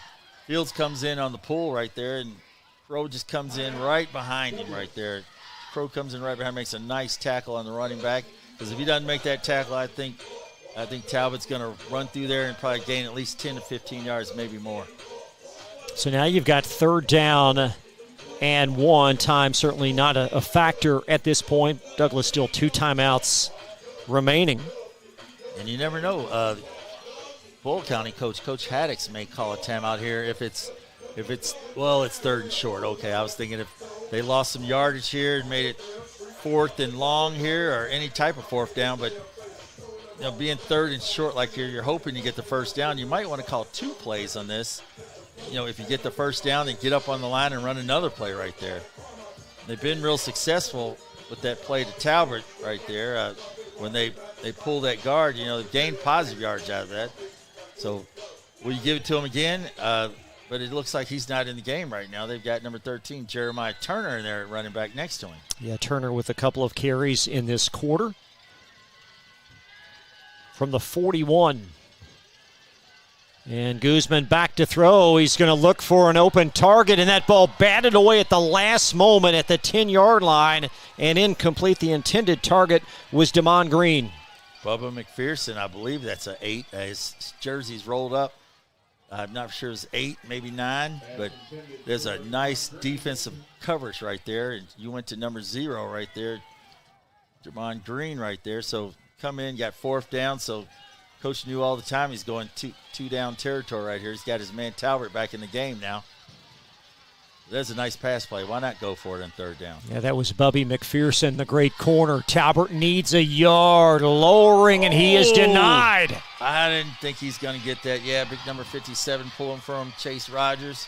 But as Rogers kicks out, 2 other white shirts cut right inside of him and make a nice stop right there. And that's huge. Huge play right there. And that may be a turning point in this game if Boyle County can put some points up here, because that would put them down by more than 2 scores, more than a touchdown. They could possibly put a field goal up here late. Braden Borders Kaufman on that play, and it looked like Talbot, his momentum stopped for a moment, and that's all that was needed. And Boyle County still 3 timeouts of their own with 1:18 left. They've scored 14 straight in this game. Yes, they have. And if the Broncos can hold here, it'd be a huge for them because they're going to get the ball the second half. Raleigh rolling to the left. And he'll stay in bounds and finally slung out. He'll pick up about 4 yards across the 45 to the 46. And that's one of those opportunities when you see a quarterback out there like that. I thought they were going to try possibly pull the ball to try to strip him right there, try to punch at the ball right there. That's one of those opportunities. The quarterback, he doesn't seem like he runs too much right there in that open field because most quarterbacks will run straight out of bounds, and that he tried to cut up. 2nd and 4. Back to throw, Raleigh. And out again, perhaps no gain that time. Nice closure there by Frederick Douglass. That's Maddox Jones, and now you've got 3rd down and 5. Nice play there by Jones right there, hoping that Toby Robinson could make that play right there, but he just ran right by him right there. And you can see he didn't break down because as he runs by him, both his arms are up in the air right there. But fortunately they've got 3 timeouts anyway, but he steps out of bounds. Big time play right here. I'd be watching for number 5 if they're not going to run it. If they are going to run it. Blake Moore, a shifty run, dragging tacklers, needed 5. I think he's going to call him short right there, just short. Clock's still running. They're going to call timeout here, but it's going to be 4th and inches. Now, Boyle County is yet to call that timeout. You think they might have, but it will be 4th down and very narrow, as Joey mentioned. 38 seconds left, a lot riding on this play. The clock running, and they bring Yancey in, and 9 times out of 10 when Yancey comes in on these 4th and shorts, they give it to Yancey. But the clock's still running. Coach, he's not used any of his timeouts. Justin knows his team better than we do. There's an inside handoff, but boy, precious time going off that clock. And now they'll call timeout. Yeah, that was a good 25 seconds that went off the clock there. And you kind of wonder if Coach, I don't know. Who am I to say anything? Sometimes these games like this where it's not the playoffs, it's the game before, you just kind of let things go and you kind of have your mind down the road. And then sometimes, I don't know. I think the other thought, if he calls timeout and they don't get the 1st down, then that may preserve some more time for Douglas. That could have gone into his thought as well. Yes. But number of thoughts, yes. You got 17 in change left and a long down and distance to get. 1st down and 10 from the 48. Grant Klosterman, to our knowledge, has not attempted a field goal this year. At least we don't have any on his stat card. No, I haven't seen any Klosterman or anything. I was looking for that. And the only Klosterman you've seen are the bagels, Joey. Well, Grant's got PATs now. He's 35 and 37. He's averaging, in a basketball game, he's averaging 3.9 points a game. But right. But as far as the field goal situation, he's not mentioned on the field goal. He's on the field goal scene. 1st down and 10. Oh, how about this play? Seneca driver rolling around the right, and wonderful defense by the Broncos to stay at home. Well, it's almost as if they had the reverse, and then with the reverse again, you ran right back into where the defense was right there. And it's like you out-tricked yourself on that one. A lot going on that play. Yeah, you had the quarterback pitch it to one receiver or one back. The back was going right. He pitched it to the back coming left, and then that back coming left gave it back to driver, which went right back into the teeth of the defense, and it looked like you had something going if you had stayed left. A lot of time elapsing off the clock. 2nd down and 5. And there was no timeout called. They just ran out of bounds, so it looks like they got driver out wide this time. Then you got trips the other side, so they may be trying to single him out or ISO him out. And as I say, Gronk style, because he's a big kid. He's 6'7", so 6'7", 225. It looks like they've got man under and one over the top on him. Jed Raleigh in the shotgun final play of the half. Perhaps dumped short. It's Kane Logan for a couple. Only 2.2 evaporate off the clock. And that's a gain of about 4. Gain of 4, still going to be third down, stops the clock here. This opportunity for the coach to work on a 2-minute offense a little bit here. And it's always good when you can work on a 2-minute offense or work in situations like that. So coach is probably thinking about some things that he would like to do or options he would like to do in a situation like this with the clock rolling down under 5 seconds. Riley in the gun, and there is a flag. A marker thrown. Yeah, number 25 right there, Haddix Jones, just trying to get a quick jump right there. Jones comes out right there. Number 30, Jimmy Hooks, comes in. Hooks, a senior safety, comes in. And that's probably what you need, really, an extra defensive back. But it looks like he's going to go up there and play defensive end. This last drive's taken almost as much time as the whole quarter has. Yes, it's been a fast quarter, but then again, this last drive, the clock stop.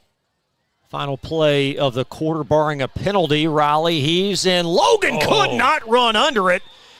And time will expire. I wasn't sure if they were going to call anything on Corey Fields right there, but the referee saw nothing as he runs by Fields and just missed him by inches. Good half, good first half. It was, and the Broncos perhaps dodging a bullet on the final series. Yes. And they'll take it to the turn, trailing 14-7. More coverage coming up. You're watching Central Kentucky High School football. Thanks for joining us tonight. Be right back. Take the short drive to satisfaction with the Tim Short Auto Group. Up to 5,000 vehicles to choose from. Shop online or in person. Hey, I'm Tim Short. I'd just like to invite everybody out to one of our 27 locations, or check us out online at timshortautogroup.com. Take the short drive to satisfaction and bring home your new vehicle. Looking for a partner that delivers big results with a small business touch? Meet Strat BPO, a joint venture combining 49 years of federal contracting experience with the agility of being woman-owned. We provide scalable business process outsourcing and contact center solutions with top-tier compliance and people-first service. We are 400-plus employees strong, ISO certified, and FSMA compliant. Now hiring in Clark County, bringing 400 new jobs and a bold commitment to community growth. Strat BPO, small business certified, large business proven. We all make choices about alcohol. Kids make choices whether to drink or not. Bye, Dad. Bye-bye. Remember, I'm going to Alex's party tonight and sleeping over. You have fun. Hey, remind me about that party again? And adults make choices whether to talk about it. That's true of parents and every other trusted adult in a kid's life. Kids want to know our expectations, and they want honest answers in everyday conversations. So talk with your kids and help lead them on a positive path. Because when you talk, they hear you. With Fast Signs, create custom deep sea signage that makes the wait a visual escape. Fast Signs, make your statement. Home of excellent service, support, and satisfaction, Lexington Outdoor Power Equipment is your one-stop mower shop. Family owned since 1985, Lexington Outdoor offers top brands like Husqvarna, Toro, Grasshopper, and Echo. Plus, free pickup and delivery. Located just 2 miles west of Douglas High School, they're open weekdays and most Saturday mornings. For more info, stop in or visit their website at lexoutdoorpower.com. Lexington Outdoor Power Equipment, the right equipment for the right job. We're big fans here in Kentucky. Go, go, go! Let's get this car to service! Of great savings at Cartown Kia. Win big this season on 2025 Sorrento. Lease for just $249 a month for 24 months. Or the fan favorite 2025 Kia Seltos. Lease for just $199 a month for 24 months. Or touchdown with game-winning savings on new Kia K4. Lease for just $149 a month for 24 months. Our team is here for your team at Cartown Kia and CartownKiaUSA.com. Listen up. In a world overwhelmed by noise, we live life on simpler terms. Our terms. No agendas, no drama. Our road, our rules. Let's ride. Tonight's halftime report is brought to you by Man o' War Harley-Davidson, your 100% Kentucky-owned and operated Harley-Davidson motorcycle dealership at 2073 Bryant Road in Lexington. Back live at Frederick Douglass High School, a great first half. It's Boyle County on top of the Broncos 14-7. Chris LaBar back live with Joey Hamilton, and just as we thought, a well-played first half. Very clean first half. One mistake, and that was by the quarterback or the offense of the Broncos right there, and the Rebels capitalized on that. But other than that, very, very clean game, and not very many penalties right there, and a few penalties, but not a lot. So a very clean game, pretty good first half. The clock just kind of rolled there. Teams just played good defense on both sides, and I can't say much more about it. It was a good, clean first half by both teams. Both teams doing much of their work on the ground with some opportunistic passing. Yes, kind of pass it here, pass it there, kind of old school if you take it back to what we would say Oklahoma football of the 80s. They passed just enough to keep you honest there, and hitting a Seneca driver on a play here, and then throwing a couple other passes here and there. But the run game very strong there by the Broncos, and then very strong again by Boyle County. And Yancey takes it in for a yard touchdown. Talbot takes it in for a 6-yard touchdown right there. And both teams are very solid. You can tell we're watching the number one team in 4A, number 2 in RPI, and then the number 3 team in RPI and 6A. It's a high-quality game. We're going to talk more about that RPI in a moment. We'll also update the first half stats and your scoring summary as well. But right now we'll take a timeout on homecoming and Halloween on the farm. Boyle County on top, 14-7 from Glycod. Listen up. In a world overwhelmed by noise, we live life on simpler terms. Our terms. No agendas, no drama. Our road, our rules. Let's ride.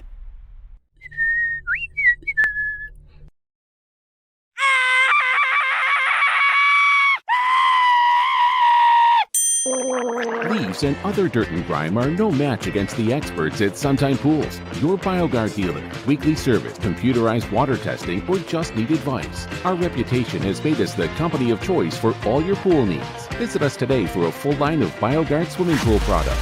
Sunshine Pools. Hey, who turned out the lights? Hello? Can one college be all things to all people? Bluegrass Community and Technical College can. Learn more at bluegrass.kctcs.edu. We're here to hear what's on your mind. Take this time to talk and get it right. You know I'll be there all your life. When you need me, I'll be by your side. Little everyday conversations about the dangers of underage drinking can make a big difference in a child's life. Talk, they hear you. Proudly based in Jessamine County, R.J. Corman Railroad Group has been serving North America's railroad industry since 1973. Find out more by visiting rjcorman.com. For high-quality railroad service, it's R.J. Corman.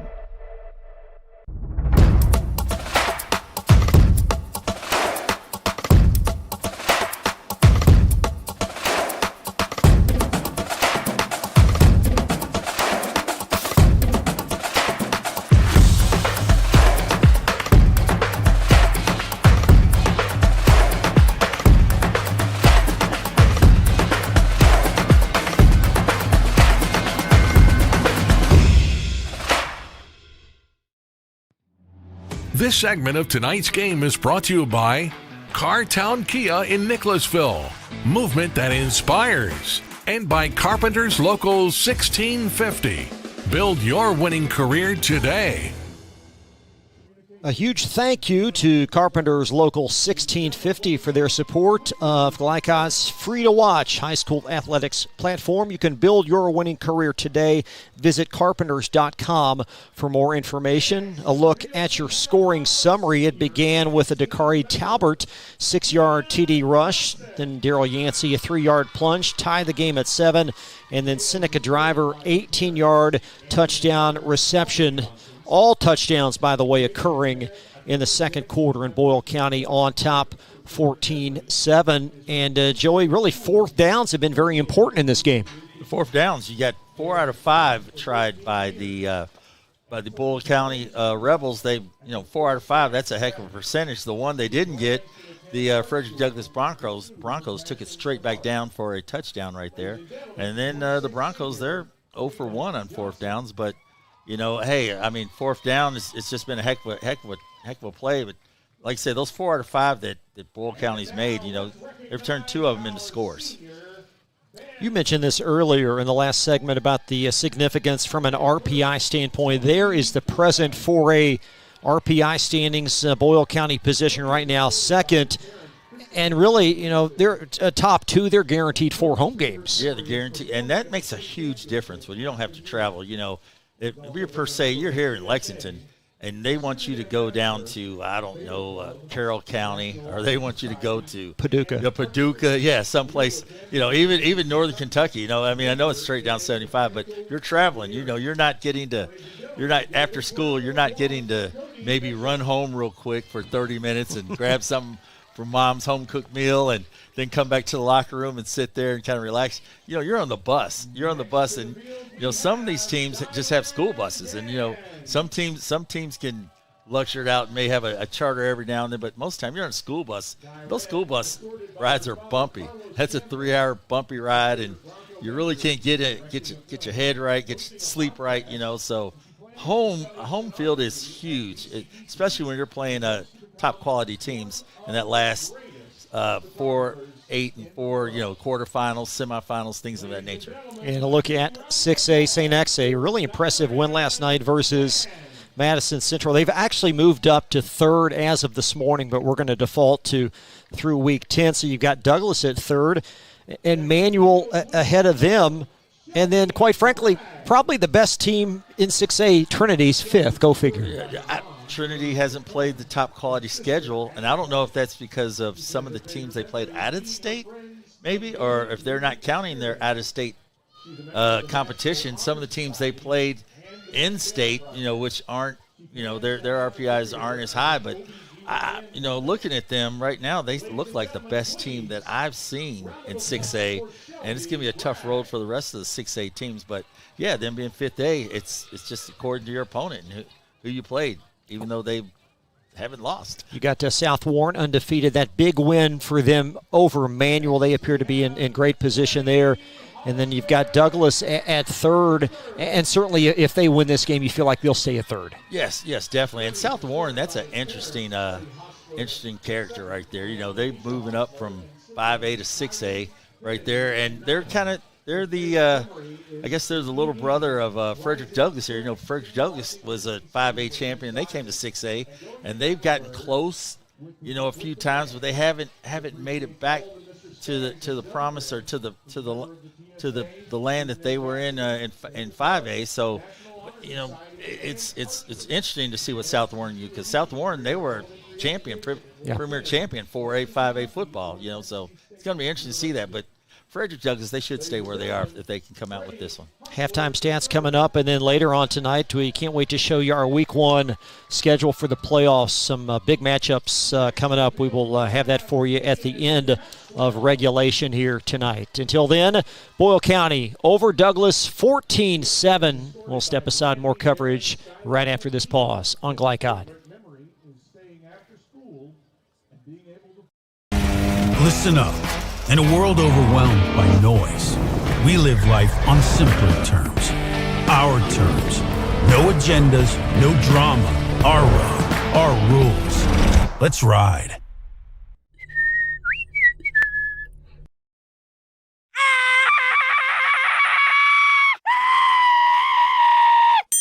Leaves and other dirt and grime are no match against the experts at Sunshine Pools, your BioGuard dealer. Weekly service, computerized water testing, or just need advice. Our reputation has made us the company of choice for all your pool needs. Visit us today for a full line of BioGuard swimming pool products. Sunshine Pools. Hey, who turned out the lights? Hello? Can one college be all things to all people? Bluegrass Community and Technical College can. Learn more at bluegrass.kctcs.edu. We're here to hear what's on your mind. Take this time to talk and get it right. You know I'll be there all your life. When you need me, I'll be by your side. Little everyday conversations about the dangers of underage drinking can make a big difference in a child's life. Talk, they hear you. Proudly based in Jessamine County, R.J. Corman Railroad Group has been serving North America's railroad industry since 1973. Find out more by visiting rjcorman.com. For high-quality railroad service, it's R.J. Corman.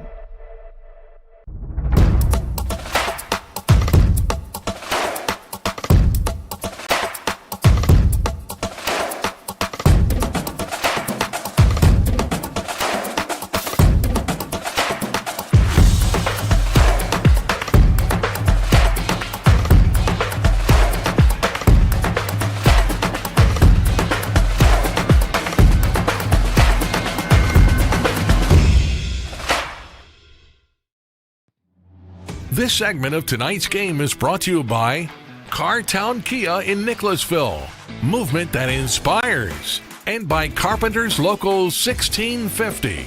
Build your winning career today. Back at the farm, 14-7, Boyle County leads Frederick Douglass at the half. Now look at your first half numbers. And Boyle County really controlling much of this game, time of possession. And there you see that to 4 out of 5 on fourth down.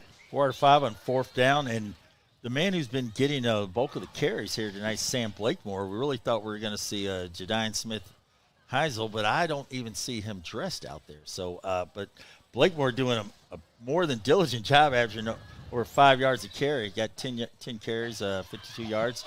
And then Seneca Driver came in, the little Wildcat action, got 4 carries for 24 yards. Averaging over 6 yards a carry. Then Daryl Yancey, the touchdown maker, the 1-yard touchdown. He has 6 carries, 21 yards. And, of course, your quarterback on a couple scrambles, 3 carries, 8 yards there. For Frederick Douglass, it's been the Dakari Talbert show, is what we expected. 9 carries, 48 yards. Averaging 5 yards a carry and a touchdown. And then you've got a couple other young men that have touched the ball. It's Carter Ross, 2 carries, 4 yards. And then Jeremiah Turner, 1 carry, 2 yards right there. Passing-wise, you got Jet Riley, who's 5'11", who's for 45 yards, 1 touchdown. And then you've got Guzman, who's 4 for 5, which numbers are solid, for 38 yards, but he's also lost the ball once. And then receiving-wise, you got your big man, Seneca Driver, two receiving catches, 41 yards and touchdown.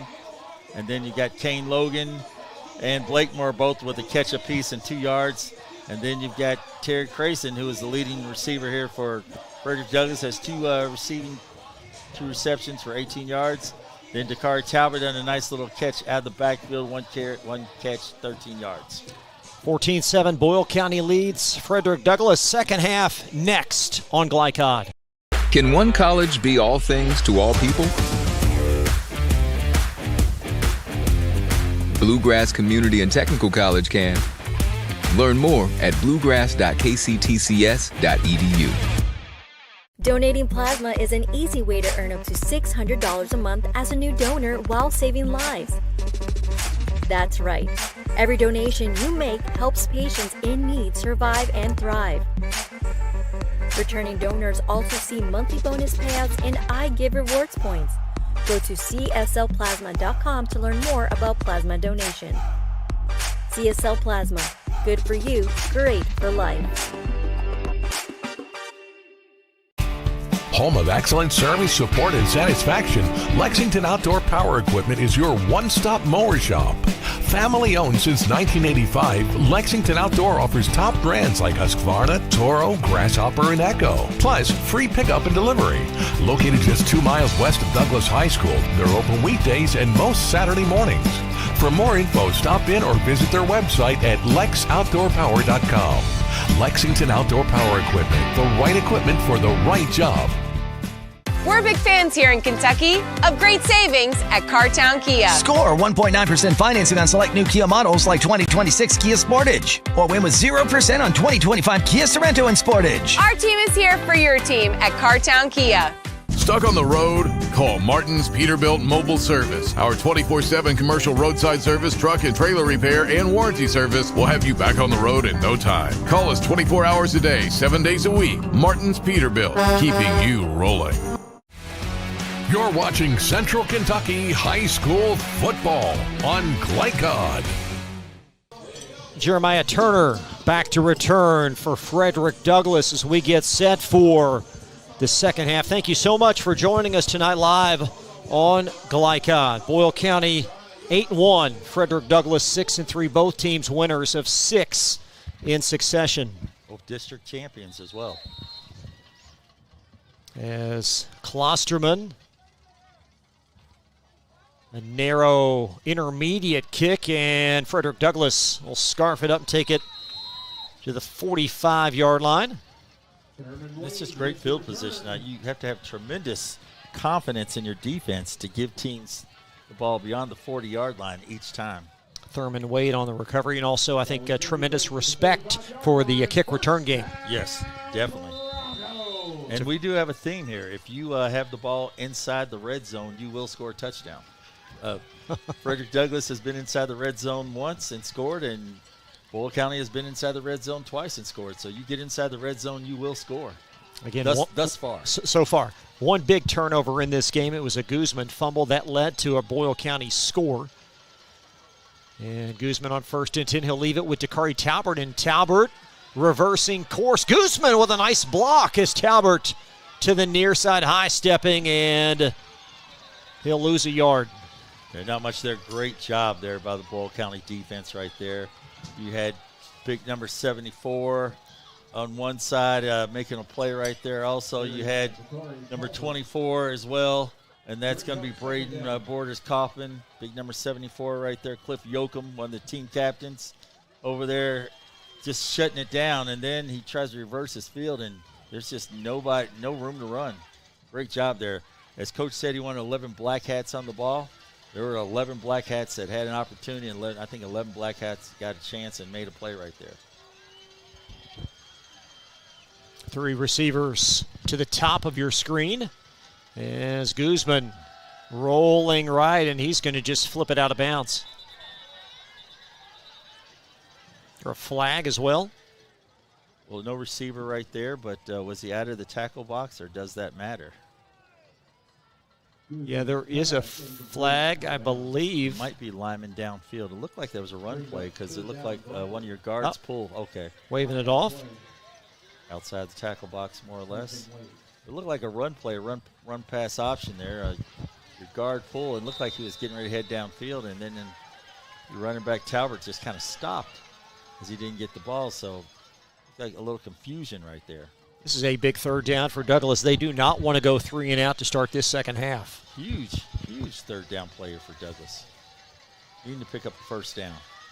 Guzman in the gun as Kaysen in motion out the slot. Guzman back to throw, and he's going to flip it to the far side, intended for Bell Pointer, and it's well short and incomplete. Yeah, just throwing the ball, and it didn't look like he even saw the receiver right there. Just kind of threw it for the corner right there, and defensive back for Boyle County had a better opportunity there than the Douglass, and just a little pressure on him. So it looks like he's going to get the first punt of the night here by Frederick Douglass. Nelson Arizakia on to punt. So a 3 and out for the Broncos.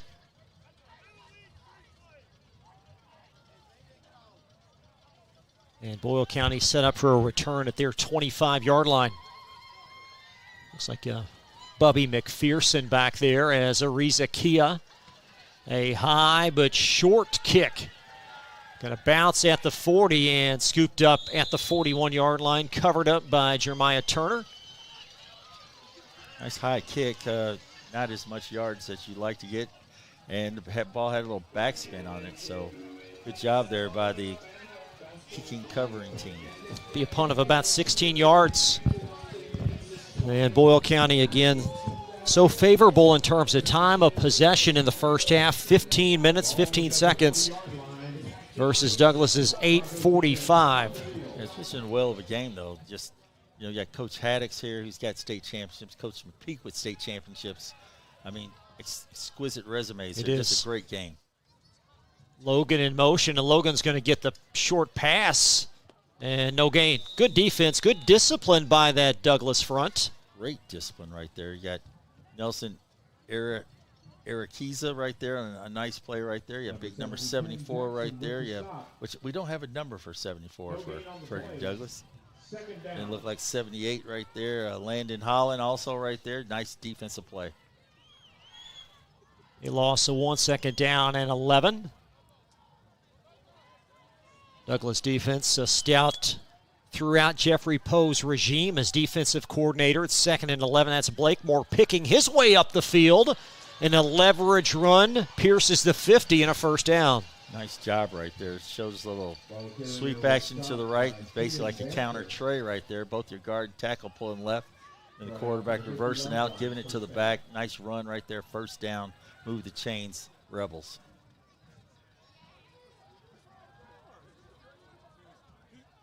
That's showing their diversity right there when they can come back like that and move the chains on 2nd and long.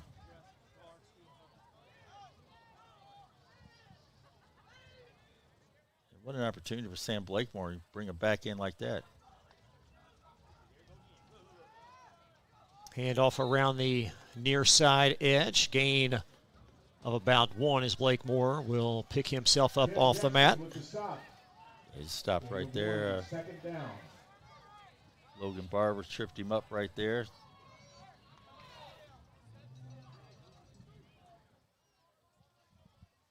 When your key back isn't there, then you bring in a guy like this who can come in and just do a yeoman's job. He's done a great job tonight.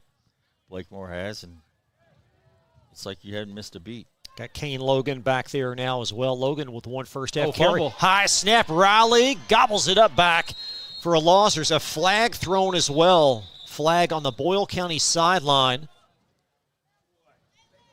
As Raleigh capturing that high snap, it looks like sideline warning, possibly. Might be an illegal procedure based on the far side officials' movement. It is against Boyle County. Sideline warning against Boyle Okay, County. so sideline, but an infraction nonetheless. Sideline warning, but that's a huge break right there for Frederick Douglass to send that back to 3rd, and that's a long third and a lot. Don't have many plays in the playbook for this one.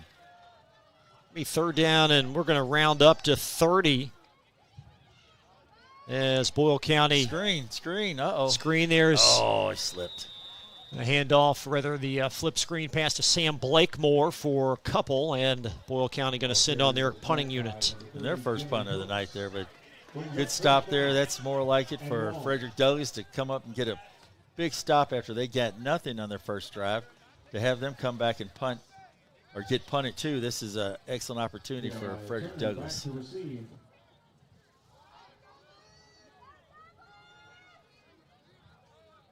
Baylor Murphy has punted some this year for Boyle. Not sure. Yep, it is Murphy, and that's a low kick. And Jeremiah Turner retrieves it at the 25. And Turner to the near side. Darting across the 35, and a great run. Wow. Nice. Jeremiah Turner up to the 47. What's even better about that is that the blocking on that, and you saw that there are 3 or 4 players that had an opportunity to try to go for a big hit, and they didn't because it would have been a clip. It would have been a 15-yard penalty, and just a great job. You can see that again. They just saw a couple guys just stand there, just not block at all, just get in the way, and just a good job right there. Because a lot of times most guys will try to make the big hit, and then the next thing you know, you have a big 15-yard penalty. But great return, good job all the way around. Big momentum swing right there, possibly for the Broncos. Crowd starting to get into it here on the near sideline, all decked out in their Halloween attire. First down and 10. As Guzman inside hand to Kari Talbert. And just not a lot of room to the near side. Again, blowing it up. That's Daryl Yancey for the second time coming up around the edge. Yancey right there. Then you got Brawley Burris right there coming in between and just making the play right there. It's like they're almost overloading that side. They're just coming up overloading the side that you saw that Coach McPeek going back to some old school there, moving the tackle and the tight end and the wing back. They just overloaded that side. Second down and 11. Guzman, four-man rush across the middle. It's caught in the seam at the 45, fighting for yardage. Be close but short to a first down. It's nice. Kane Bell Pointer. Yeah, nice job right there. Just kind of Guzman just stepped back, found his man wide open in the middle. And right there, great catch there by number 86, Kane Bell Pointer. Little sophomore, just needs to catch that and just get upfield. He tried to make a move, and I think he may have lost a yard and a half on that, but great catch, great throw. Yeah, we'll get back to live action here. Don't want to miss that play. A big third down and short looming for Frederick Douglass. Talbert. Oh, nothing. Boy. Nothing at all right there. First man on spot, number 74, the team captain, Cliff Yoakum. Yoakum right there, swallowed that up. Also helped right there with Jack's Crow right there as well. And then number 24, you got Braden Borders Kaufman. All three of them in there on that play right there.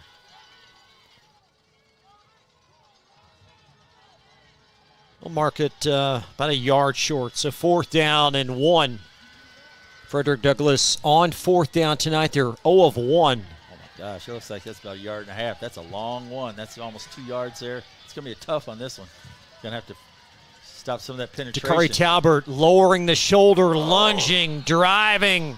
Let's see where he spots that. It looks like the referee came in short. That might be a measurement. It looks like he came in short from the far side. And the officials unpiling things. Depends on where he Still spots no it. indication yet. John Smoot, the white hat. What's he going to decide? Yeah, we're going to measure. It's all about ball placement right there. But if you place it right there, that's not going to get it right there because they had to get to actually the 43-yard line.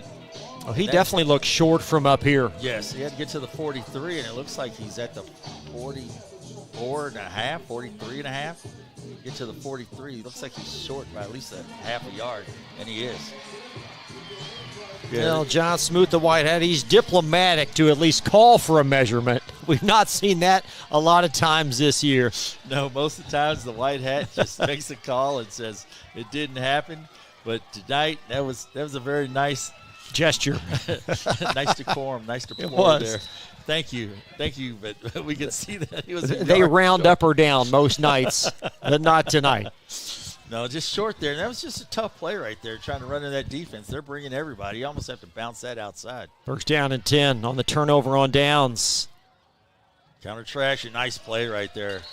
Nice job right there by your defensive end right there. And Sam Blakemore again, as both teams' defensive front has been stout here in this second half. Yeah, just really good job there by Wade Thurman right there. I'm sorry, Chris Jones. Jones came right in and made a play on the outside there. Just nice job, and Thurman Wade also as well. Maddox Jones, another promising junior. There are a lot of strong juniors on this Broncos defense. You've got Wade to Corey Fields, and certainly a Sion Khan who's been pretty quiet tonight. Yes, I was thinking that the first time I saw them. I said, what a junior-oriented squad. He's got a lot to look forward to. Second down and 12. Around the bend, twisting for a couple. That's Blakemore, but well short of a first down as they'll just take it to the 47. Yeah, nice job right there by number 25 right there. Maddox Jones right there. Just ball carrier, very slithery. Nice spin move right there. Thought he was going to get a little more, but Maddox Jones just comes in and makes a play from behind and gets a little help from his DB out there, number 8. That's Nelson Eric. Ariza Kia. Ariza Kia. Third down and 8. 8 minutes elapsed. Second half, Boyle County, 14 points in succession. They lead by a touchdown. And what they've showed tonight looks like this is probably going to be 4-down territory again, maybe. I'm not sure. They did punt last time. 2 receivers to the near side. Sprint draw. And there's a first down and a big third down rush to the near side. It's Sam Blakemore darting across the 30. He'll be lassoed at the 23, and that's a scamper of 31 yards and a flag. Not sure what they're going to call right there, but that was a nice sprint draw right there. Quarterback showing pass, then just hands it right off to Blakemore. Blakemore does the rest. Nice job. As I said, Blakemore's done a great job here tonight. And I'm thinking if that's your backup running back, you're in good hands.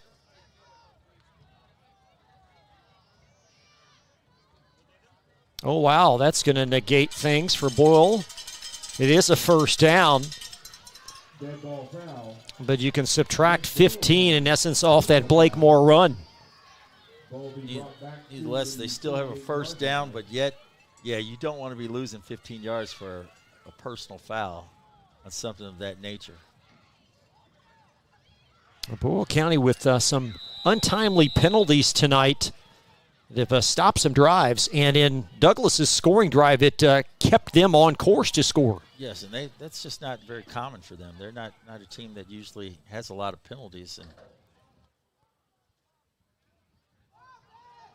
just makes you think of what's really going on in their head tonight. You know, Riley in the shotgun. Here's a handoff to the near side, and great defense by Frederick Douglas. That's a great job. They blitz the corner right there. Number 32 comes in, Emmanuel Marshall, the DB, coming from a corner blitz and just pressure right there. Nice job right there. That's Emmanuel Marshall with a stop.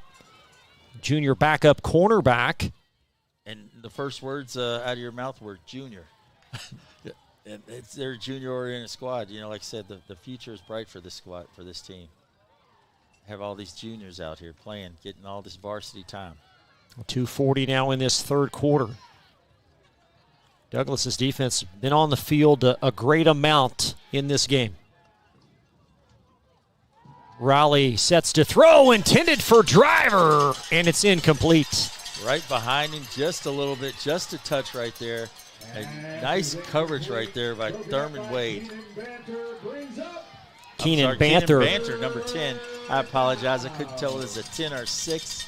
The numbers right there at the light, but Banter with a big-time play right there. 6'2" senior. And you would think he's 5'10" standing there next to third down and long, third down and 10. Next to Driver there. You think he's 6'2" standing there next to Driver, but I mean it's 5'10" next to Driver. Driver being 6'7". Now the way Boyle has called plays tonight, this very well might be 4-down territory. Perhaps 2 plays to get the 10 yards, and we've got a stoppage and a timeout for the Rebels. Yeah, big time play right there, and the back judge did raise his hand on that, so I guess Coach saw that they were getting close to delay a game there, so good call there by Coach Haddix. Back in 30 seconds on Glycod. Partner that delivers big results with a small business touch? Meet Strat BPO, a joint venture combining 49 years of federal contracting experience with the agility of being woman-owned. We provide scalable business process outsourcing and contact center solutions with top-tier compliance and people-first service. We are 400-plus employees strong, ISO certified, and FSMA compliant. Now hiring in Clark County, bringing 400 new jobs and a bold commitment to community growth. Strat BPO, small business certified, large business proven. You're watching Central Kentucky High School football on Glycod. A third down and 10. Joey Hamilton for Boyle from the Douglas 40. What's the mentality on that far sideline? It looks like you've been giving number 27 the ball a lot. You've been giving Sam Blakemore. he's been going on the counter tray right there. And, this is a total unbalanced side right there. So looks like you give it to him and just let him try to outdo it. You outflank him. There's Blake Moore, and he'll be upended, well short of a first down. 4 down territory right there. Now that's something you don't see very much at all. You put your big tight end as a center. He's still an eligible number at the end of the line of scrimmage. And you go double unbalanced right, almost triple unbalanced right. Give it to Blakemore in there. Toss sweep right. And the way Blakemore's been running, but it's a long 8 yards here. So you may look for number 5 right here. So the Broncos defense trying to get off the field again on 4th down. And they single covered him right there. You got him single covered. I'd almost want to double cover Seneca Driver right there, but you're going to single cover him, so Riley in the gun. Slings it across the middle, and Driver caught it in a first down. Zipped right through the Broncos defense. There's the Kaiser, Nelson. There's the Kaiser. Goes right through his hands on that play. Driver goes up about 5 yards, stops, uses hands, goes inside, and number 8 goes right through his hands. He misses that. Driver catches it on the slant, first down, move the chains. Huge play for the Rebels.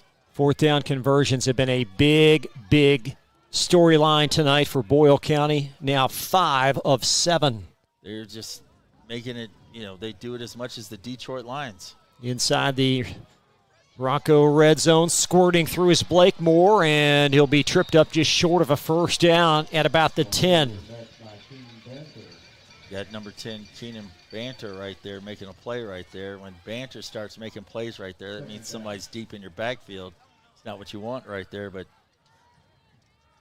number 27, Sam Blakemore has done a yeoman's job tonight. Just done a great job tonight filling in for the Jadine Smith Heisel. 2nd down and short on the verge of the 10, and Boyle County going to get one more play in. Raleigh, Blakemore spinning, and good front stoppage by Douglas. Good job right there. Nice penetration right there by Jeremiah Turner. And that's going to take us to the 4th. Can the Broncos force a field goal opportunity? Boyle County leading 14-7. You're watching Week 11, Central Kentucky High School football live on Glycod. Can one college be all things to all people? Bluegrass Community and Technical College can. Learn more at bluegrass.kctcs.edu. Need a tow? Martin's Peterbilt Towing Service is here 24/7. Based in London and Pikeville, we will travel to you. Commercial trucks and trailers, no job too big. Call us 24 hours a day, 7 days a week. Martin's Peterbilt, keeping you rolling. You're watching Central Kentucky High School football on Glycod. A big 3rd down looming for Frederick Douglass. 3rd down and 3 from the Broncos' 13-yard line. This would just be a huge opportunity for Frederick Douglass if they could hold right here. This would keep them in the game right here. They've held once. They can hold again here. Get their offense a chance to get back on the field. I think they can. They've driven the ball down the field. It's been that 4th down where they've come up short a couple times, but other than that, they've moved the ball really well. Time of possession now updated. 24 minutes for Boyle and 12 for Douglas. So you've got options out here. You've got your back 27 on. Oh, now he's going to be out of there, so you've got no backs. Driver flips it across. Oh, my. Well out of the length of the intended Boyle County target. Looked like, was that Lucas Akers, the intended target? Yes, it was. Lucas Akers right there. It's almost a mentality of a jump pass right there, but, he didn't jump. He just kind of dropped back and did not give it to him. And let's see. Looks like Blakemore is coming off the field. And are they going to field goal? Looks like they're possibly going to Try for a field. No, well, no, again, we don't have a Boyle County field goal attempt from Klosterman, so they're going to go for it. Yeah, it's going to be a Seneca driver right here. 4th and 3. Through driver. And the Broncos avert catastrophe on that drive, and they'll have it on the change of possession. Either or, the Broncos were going to get the ball right there, and that fumble by Seneca driver. They're either going to tackle driver for a loss or recover the ball. So either way, great play right there by the Broncos defense. Frederick Douglass getting a huge opportunity here in the fourth quarter. So that's 2 times they've averted scores. They've averted scores, and now they've got the ball again. Let's see what they can do here. Well, Joey, Justin Haddix, a tremendous coach, but they may have thought too much on that 3rd down call. Yes, I did not understand that. Stick with your bread and butter right there. Sam Blakemore's been a key right there. 1st down and 10, squirting through the hole. Held by Dakari Talbert. And a touchdown-saving tackle at the 48 in a rip of 32. Whee! Right there, Dakari Talbot right there, just high-stepping, cutting left, cutting right, cutting back left, getting upfield. Number 24 right there, Braden Borders-Coffin making a touchdown-saving tackle, and they're across midfield, and they've got stuff going. You can hear it over here on this side of the sideline.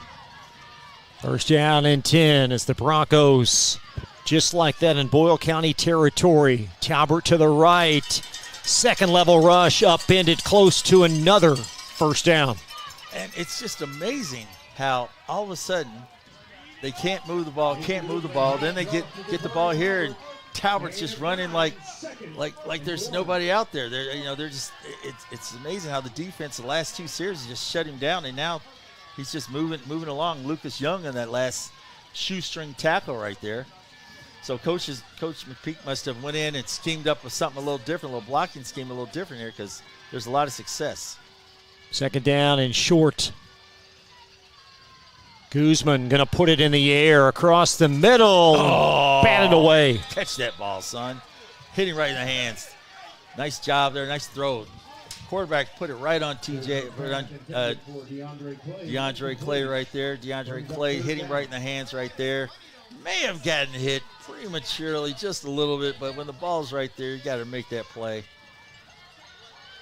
Missed opportunity for Mr. Clay there, but hey, nice throw there by the quarterback. He put it right on the money. From the 40. 3rd down in short. Jeremiah Turner. There is a 1st down, and Turner squirting through that hole, and Jeremiah Turner inside the 10.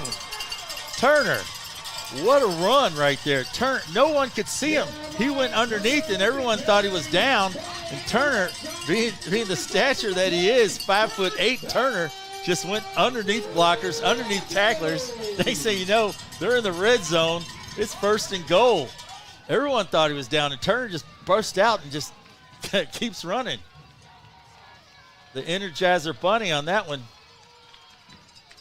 Guzman to Turner again, and Jeremiah a few to the 7th. So now it's 2nd down and goal. And my, oh my, how the tide has changed after Boyle County could not convert on 3rd and 4th down. Yeah, Boyle County had opportunities, and they just did not take advantage of it. And then all of a sudden, you see Dakari Talbot just making run after run after run.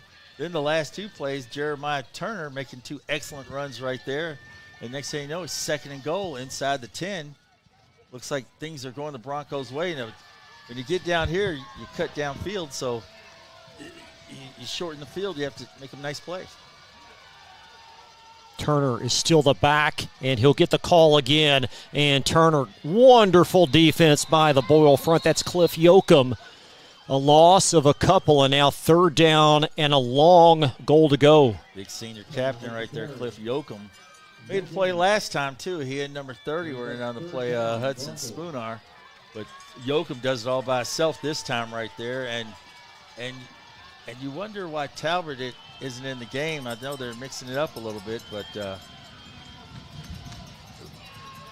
looks like Talbot is in the game this play. Guzman back to throw, rolling to the right. He's going to heave it in the end zone. That ball is caught for a score. Kane Bell Pointer. Nice catch, nice throw right there. You kind of almost looked as if he was throwing it to the right, and there was a Boyle County defender closing in on it, but he wasn't actually throwing it at him. He was hitting his other receiver. So, I mean, nice play right there. Just a really nice play. Clayton Wallace on to attempt to tie this game as Bell Pointer, his third touchdown of the season. Jaden Guzman, his 10th passing score, and Wallace's kick is off. So good. Wide right. So the kicking woes again. A couple of misses last week and the lopsided win versus George Rogers Clark as we take a look at the botched extra point. Yeah, just wide right there. Just, I mean, gets it off as he should, and good job by the front line. Just push it to the right just a little bit. Just a little bit. So now you've got 14-13 as Boyle with possession. Well, you just got to hold. You got to hold here, defense. Defense got to make a good hold here, and you got to come back and try to get the ball back again. And you get the ball back again, you got to put points up again. And as Coach McPeek said, kicking game is not their strong suit right there, so you don't expect them to try to kick a field goal. You expect them to try to score a touchdown here. But, it looks like they're going to squib kick, and they're playing for the squib kick or for the short kick right here. Defense just got to make a play. The Broncos defense has to come through. And it's the Broncos with a kick back to the 15 as Boyle County, that's Shepman across the 32 to the 33. Nat Shepman with a nice return. And that's his second return tonight, and he's done a good job on both returns right there. Good job by Shepman. Return stopped by Phil Higgins. Take one more look. It looked like the snap was... we've certainly seen worse snaps on extra points. Looked pretty good from the long snapper. Yeah, looked good. Good snap, good kick right there. Just punched it to the right a little bit. Just didn't look like. Just happens sometimes. Just like a golf shot. First down and 10. A lot of pressure on this Douglas defense. Around the horn and a run and a first down as Sam Blakemore takes it just shy of the 50. Now the market at the 49-yard line.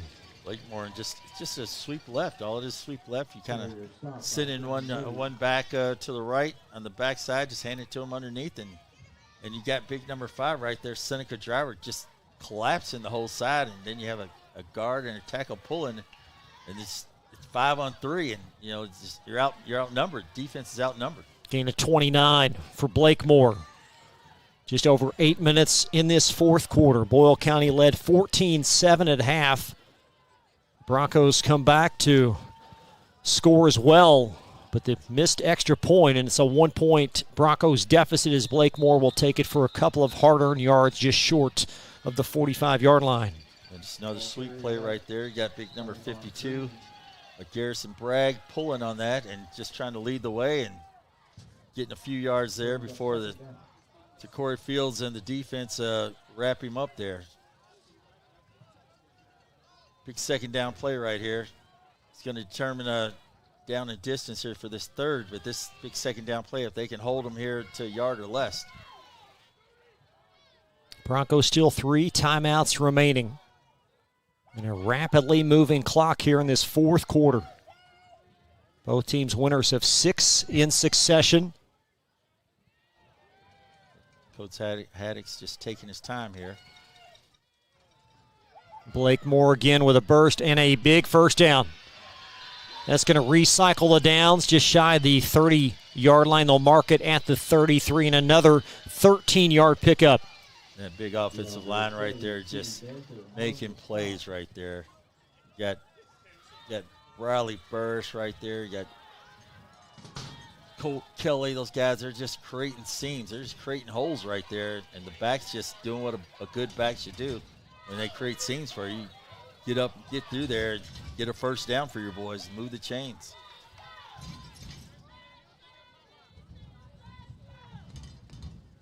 From the 33.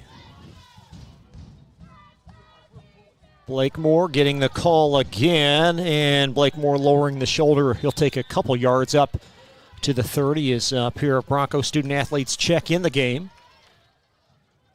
Garrison Bragg and Colt Kelly right there, both pulling right there, just trying to create seams right there. And defense just having a little trouble trying to get through. But still, you've got number 9, Ja'Cory Fields, just making play after play after play. Under 6.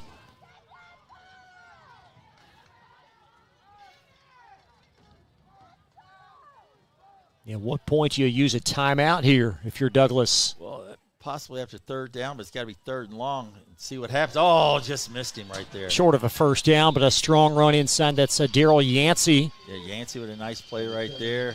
And you just missed him again. That's number 51 right there. Just missed him right there. That's Lamontre Brown. Brown's got to wrap up right there. It's like he just slid right through his hands. It'll be third down and short as we take one more look. Yeah, Brown right there just missed him right there, and Yancey just gets up through there. Third short here. You almost have to look for Yancey to get it again. Don't get too far on field. He's smart.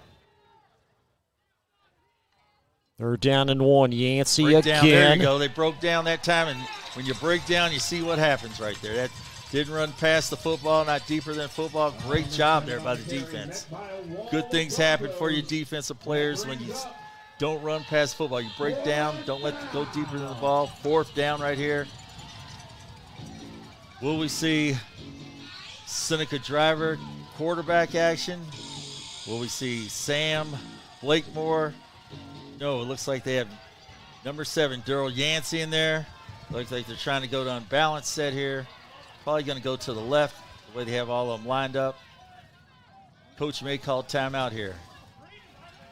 The fourth down and the hands up, and short 3.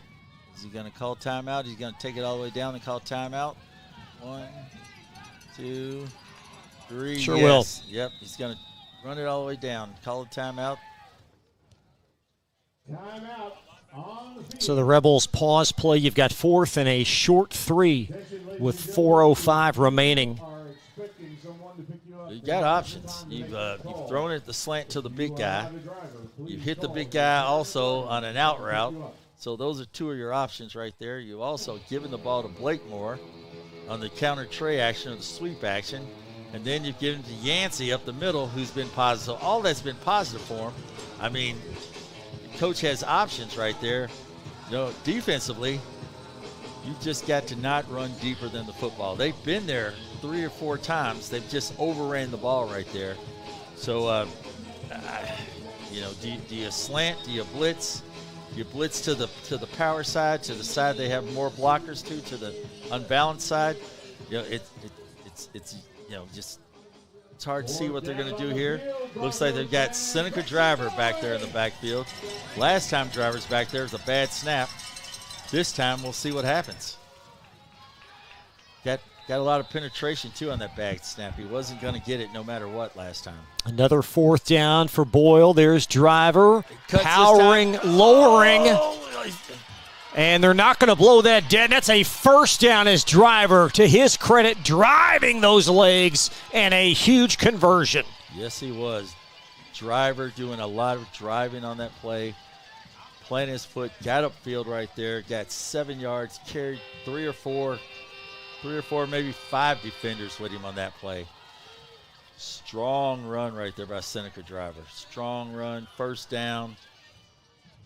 Jet Riley back in the saddle right there with his man Sam Blakemore. First team. They can still get a first down inside the 2.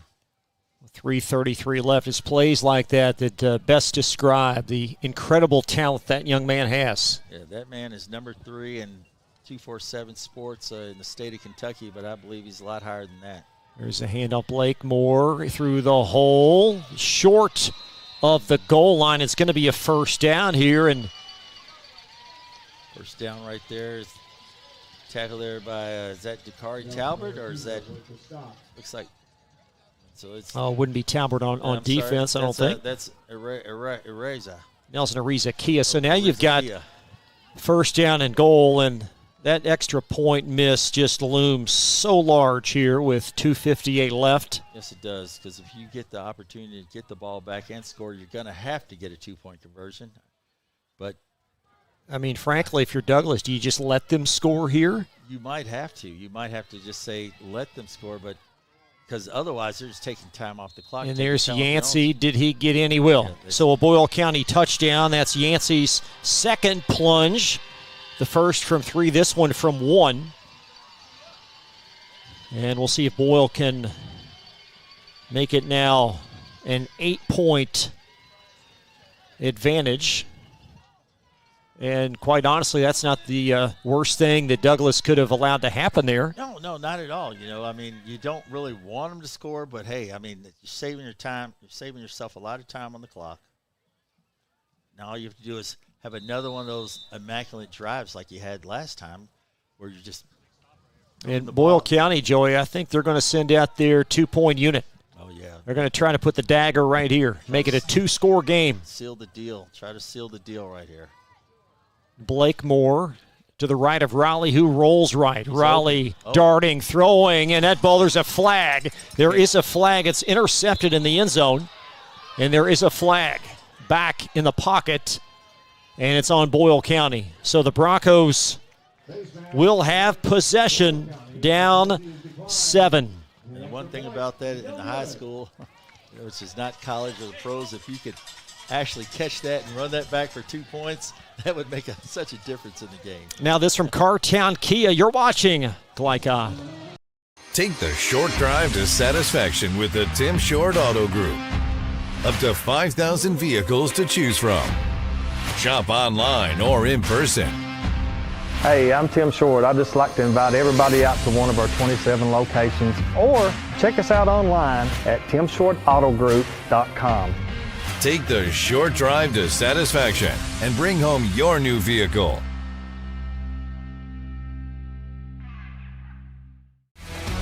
You're watching Central Kentucky High School Football on Glycod. 2:38 left.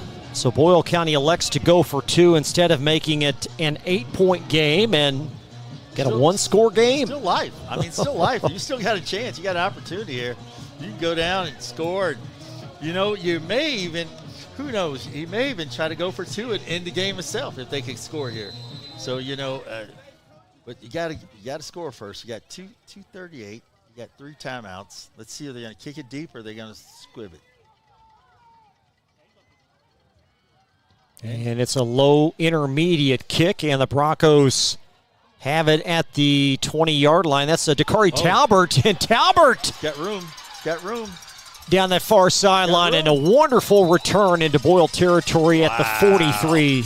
What an opportunity right there to get that ball and break left, and then all of a sudden get back upfield, go right, not only get across the 50, but just get deep into Boyle County territory right there. What a job right there. What a job. Now it's back to work for this Douglas offense as Boyle County, they have left some points on the board. You go all the way back to the first quarter, a lengthy drive, denied on 4th and short. And Talbot comes off the field in that play. I guess he's a little winded. They're going to put number 13 in there. They're going to use Jeremiah Turner.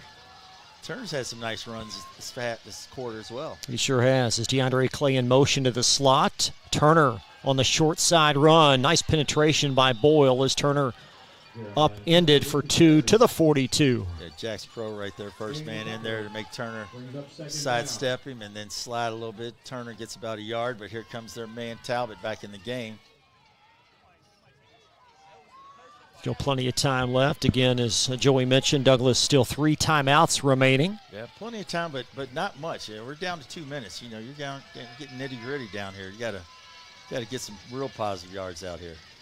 Guzman back to throw. There's Kaysen, who will sit down in the slot. Catch and a first down as Terry Kaysen, the versatile tight end, will take it up to the 28. A gain of 14 and a big first down. Yeah, play action right there.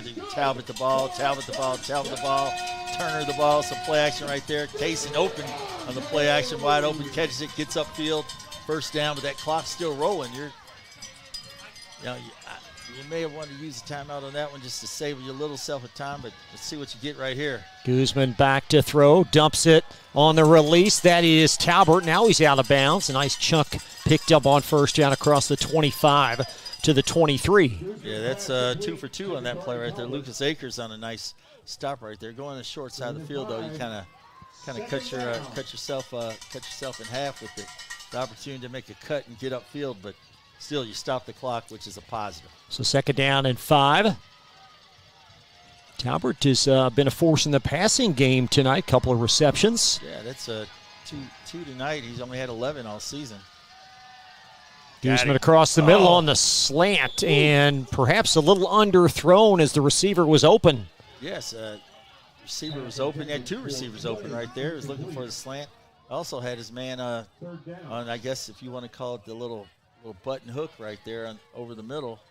But it stops the clock, but it's 3rd down. You know, you've got to get a first down. You've got to get some things moving here. 3rd down and 5. Broncos 3 timeouts remaining. You wonder, those linebackers, they keying on Talbot, or are they looking for the pass here? Guzman back to throw, and he's going to heave it to an open target in the end zone, and that ball ricochets for an incomplete pass. It's a nice spin move there by Jackson Crow right there. So Talbot tried to block him. Crow makes a nice Jackson Crow got a flag. Gets a spin move, and oh, it's on the Broncos. Going to be declined. Put pressure on the quarterback right there. Maybe throw it quicker than he wanted to do, but 4th and 5 here. So, and the Broncos obviously going to go for it here, but what's the play call? 3 timeouts remaining. Kaysen's been open. You almost want to call a timeout here and try to get what you get. Kaysen's been open, but it's on the short side of the field right here. You almost want to go to the wide side, give yourself a little more room. And Guzman across the middle on the slant. Nice job. Deflected. Braden Borders Kaufman. Kaufman just jumps up right there, right in the middle, just reads the quarterback's eyes right there. He reads his eyes and just jumps right in the middle and knocks it down. That's a big-time play right here. This is worthy of a playoff game right here. You got your top 6A, one of the top 6A teams, one of the top 4A teams. You know, going to a game like this is only going to help you for the playoffs down the road. Still 3 timeouts remaining.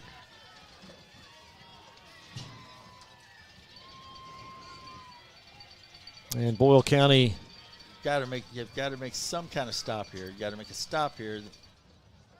Rebels going to have to pick up a first down, though, to hang on. Yes. Well, they could run the clock all the way down to possibly like 4 seconds if they didn't. They would run it down to 4 seconds and then maybe use a timeout. But there's Blake Moore and Blake Moore. There's stop 1 as Blake Moore picks up a couple. Douglas will call timeout number 1. And with the 25 seconds in, let's say 25 there, 25. I'd say 13 seconds. They could run it all the way down to 13 if Frederick Douglass can make these stops. That's a big if. They need to do that first and foremost. If you're Boyle County, do you risk an attempted pass here? No, not at all. There's no need to do that. You've got Yancey back there. You've got your guy Sam Blakemore back there, and you've got Seneca Driver back there. You've got three quality backs that have gained positive yards for you all night. Just give it to one of them and go with the Wildcat with Seneca Driver. Yancey, Blakemore, you don't do that at all. Just run the ball out. Make Douglas earn it. Make them stop you. Been a great effort by both teams. Boyle County has owned time of possession in this game. Broncos have made some very strong plays. Dakari Talbert has been exceptional. And now the defense trying to give the offense one more opportunity, but they need a couple more stops. They're right here in it, right here, right here in the game. Touchdown, less than a minute. Blake Moore on the handoff. He'll fight for a couple, so now you've got Timeout. 3rd down and 7, and Nathan McPeek calls timeout number 2. With the stop, brings up 3rd down. And the other part of this is, the return game, Joey, for Douglas. Should it get to a punt, the Broncos have a very strong special teams return system, and that may go into Justin Haddix's mentality as well. Yeah, the thing is, do you want to kick to him? Are you going to kick it out of bounds? Are you going to go for it on 4th down? You're not going to go for it. I've seen wilder things happen, and when I say that, there have been games where this game, it's not a playoff game. It's not for district. It's a game before the playoffs, and guys put things on film, and and people are like, why would you do that?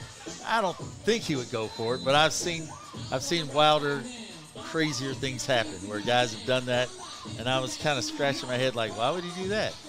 But I don't think Coach Haddix would do that tonight. The 3rd down and 7, Broncos still 1 timeout left.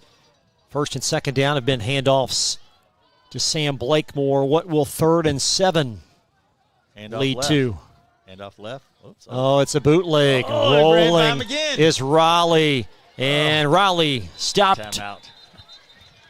And the Broncos call their last timeout. And Jackson with the stop brings up. Good discipline by the Frederick Douglass defense. Yeah, great job right there. Defensive end puts pressure, makes him step up in the pocket. Then as he tries to run, the defense makes a tackle right there to make it 4th and 5. And that's the key question. Do you punt it here? 99 times out of 100, you punt it here. I mean, the way their offense has been rolling, the way they run the ball, you figure they wouldn't have tried to do what they did last play. They would have tried to run it last play and got closer to make it 4th and short. But like I said, it's one of those things. It's just wide open right now. You put on a punt safe. It's unfortunate. I would say it's unfortunate. It's unfamiliar territory when people say that. It's like, hey, you might have snap back and let him run back first safety. You never know. Let him run back first safety, kick it to him, and let your defense make a play. I don't know. 49 seconds is a good amount of time though, especially when they have they don't have any timeouts left. So I don't know what they're going to do there. Might have a punt safe defense. And Damon Green is back to return for Frederick Douglass. Jackson Murphy, Boyle County's punter, is on, and Boyle will call timeout. And is that Boyle's last timeout? It is. So both teams out of timeouts. And, Joey, just noticing this, we haven't received word, but I do not see Douglas's star safety, Sion Khan, out there, number 3, unless you do. I haven't seen him all night. I don't think. And there he's Khan right here, actually, just trotting on Johnny on the spot. He's not going to play, obviously, bottom of your screen there, right. Number 3. In games like this, when guys may be nicked up just a little, you save them for the next week for the first round of the playoffs, but giving other guys opportunities. As we say that, Sam Blakemore's had an opportunity. Yes. He's made the most of it. So, your returner here is this. It's Damon Green. Damon Green, number 0, right there. Ryan Station transfer, a burner. And Jackson Murphy going to apparently punt for Boyle. And you're going to watch for the fake here? They're going to go for the fake here? They're going to – no, they're going to – Murphy's going to kick it, evading Green. Low line drive away from him. And it's going to trickle down at the Broncos' 46-yard line. 37. No timeouts, 37 seconds. You're less than just about 50 yards away here, so it's going to be interesting. It's going to be interesting here last 37 seconds here. See what can happen here. 28-yard punt. Broncos out of timeouts. as are the Rebels. Yeah, both teams out of timeouts. Braden Borders Coffin made a huge play on 4th down last series. Fall in the eyes of the quarterback here. You know, I thought they would have went toward Creighton, but Kaysen, but they did not. They did not go toward Kaysen. So Guzman in the shotgun on 1st and 10. Jaden back to throw, feeling some pressure, rolling, and an astute play to just flip it out for an incomplete pass. And he actually may have had some, you know, I think if he had a little more experience, he would have realized that he could have ran that because there was just one man over there blocking for him.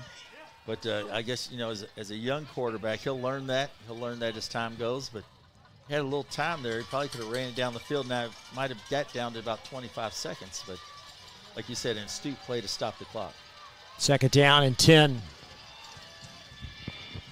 Guzman again back to throw. Heaves it down the far sideline and incomplete. That was between both Kaysen and DeAndre Clay. Got to find a way, do you not, to get Dakari Talbert the ball? Tough situation. If you put him in the backfield, they're probably watching for him on the flood there. But yes, you got to give your game breaker an opportunity. You got to get him the ball. You know, I don't know if you send him just straight down the middle of the field or something. Just got to. 3rd down and 10. Guzman back to throw. Rolling, flipping. There's a completion and a 1st down as Frederick Douglass will take it up to the 34 to the 33-yard line. He jumps out of bounds. Good job right there. I didn't think he's going to get out of bounds, but great job right there by TJ Stewart. So TJ Stewart, his first catch of the night, his 8th of the year. Or is that Clay? I can't tell what the number is. It looks like 11 or 12. I thought that was 11. It was TJ Stewart on that catch. Yes. So 1st down and 10 with 18.2 remaining. Guzman again back to throw, and he's going to heave it in the end zone. And there's a hold. There's that flag. An apparent hold finally thrown as Seneca Driver will be called. It looked like Driver didn't have to put his hand on.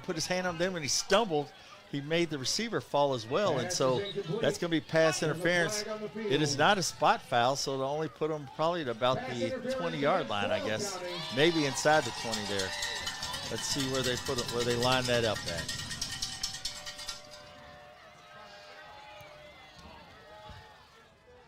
Going to be inside close to the red zone. Put him just inside at the 18-yard line, so you've got 13 seconds. The field gets real tight down here. You got to find something here. And when you get it, you got to tell the kids, tell your players, get on the ball so I can spike it or get out of bounds. If you don't score. Guzman back to throw, looking in the end zone for Kaysen. Kaysen out of his reach. And the referee's going to probably say that ball was uncatchable. That's why he didn't call that. But it looked like the defensive back may have held him a little bit, but not enough to implement anything or cause anything. And looks like Kaysen has gone down. Yeah, Kaysen, as we come back to live action out of this replay, is down in the far end zone with 7.9 remaining. We'll take a very quick timeout. Back for more after this. Partner that delivers big results with a small business touch? Meet Strat BPO, a joint venture combining 49 years of federal contracting experience with the agility of being woman-owned. We provide scalable business process outsourcing and contact center solutions with top-tier compliance and people-first service. We are 400-plus employees strong, ISO certified, and FSMA compliant. Now hiring in Clark County, bringing 400 new jobs and a bold commitment to community growth. Strat BPO, small business certified, large business proven. You're watching Central Kentucky High School football on Glycod. So Terry Kaysen being attended to out of that incomplete pass. And a lot going on here in the final seconds of this game. Down as a barn burner right here. You know, if they can find a way to get in the end zone, they've still got to get that extra point. Let's take another look at this play as the Broncos offense still on the near sideline. Do a little wheel route here. As you see, he just kind of goes up in and goes outside, and he goes down. It just looks like at the end he looks like he just kind of stumbles or maybe tweaks his ankle a little bit, just goes the wrong way, maybe just sprained it a little bit. But yeah, the other part of that, you've got Kane Logan right there, the linebacker, out in wide open confines with a handful of jersey. Yes, and like I said, I guess the referee, the only thing I could think that he was right there on the play at the goal line. The only thing I can think is he must have said the ball was uncatchable. So Terry Kaysen Ginger, as he comes off the field, certainly hoping he can return the star Frederick Douglass wide receiver. Yeah, you don't want to get him banged up for next week. And, even though they are number 1 seed playing a 4th place team, you just kind of want to keep him healed up and ready for next week. And if not next week, possibly the 2nd round game. Got time for 2 plays here, Joey? Yes, if you can. You got to get out of bounds. If you don't get out of bounds, I think it's over. You've got to throw it toward the end zone, though. They've got to throw it to the end zone. 2 plays if you get out of bounds. If you don't get out of bounds, it's 1 play, because if they catch him in the middle, I don't see how they can get up there on the line just quick enough. Takari Talbert is in. He is positioned to the right of Jaden Guzman. Both teams out of timeouts and a stoppage in play. Broncos are going to take a chance to sub on a player. I don't know if did they yell timeout, or the referees? Now, there is not a penalty marker that we see on the field. And John Smoot, the white hat, trying to get things reorganized here. Interesting. It is. This is interesting. I guess Frederick Douglass only had 10 players on the field. And Caden John sprinted out there to become the 11th, so here we go, a 2nd down and goal. And this sideline over Guzman back to throw. Looking for Takari Talbert on the wheel route and out of his reach. But 1 more play remaining. Had him there in the wheel route. Went right through his hands. Got a lot of room down here on the bottom half, on the wide side of the field, but you went in the short side. And you got a safety over there waiting. They're over there right next to him, but right through his hands. On the replay, you saw that there just and this is the ball game right here. It is. Broncos offensive coordinator, longtime assistant Jason Pack. What will he dial up here? And Kaysen is back in the game. He's over here. He's in the middle on the trip side. He's the middle receiver on the near side here. Thanks for joining us tonight. A great one coming down to 1 play. So there's Kaysen. Guzman to throw, looking in the end zone again. Boyle County gonna hang on. Went for him again. It looked like Kaysen was open over here, but hey, that's the way the ball bounces. 4th down. That's how you want a game to come down to 1 play. Let's take one more look as they went to that far corner on both 2nd and 3rd down as time expires. And he just overthrows him a little bit. He's open, but he just overthrows him just a little bit. Just can't get there. Put a little more air under that. Give his receiver an opportunity. Both teams nothing to be ashamed of. Frederick Douglass going into next week, district champion, playing a 4th place team. Boyle County going back home, playing a 4th place team. So good game. Like I said, you look at the resume of both coaches. They've both been here 6 seasons. One at a 92% win percentage. The other one at a 77% win percentage. Both have state championships. Great game. Great game. Boyle County hangs on 20-13 over Frederick Douglass. More coverage coming up. You're watching Central Kentucky High School Football live on Glycod. Listen up. In a world overwhelmed by noise, we live life on simpler terms. Our terms. No agendas, no drama. Our road, our rules. Let's ride. For any of your window, door, and siding needs, contact the team at Elite Building Products. Their factory-certified, licensed, and insured contractors have been installing energy-efficient windows and doors for over 30 years.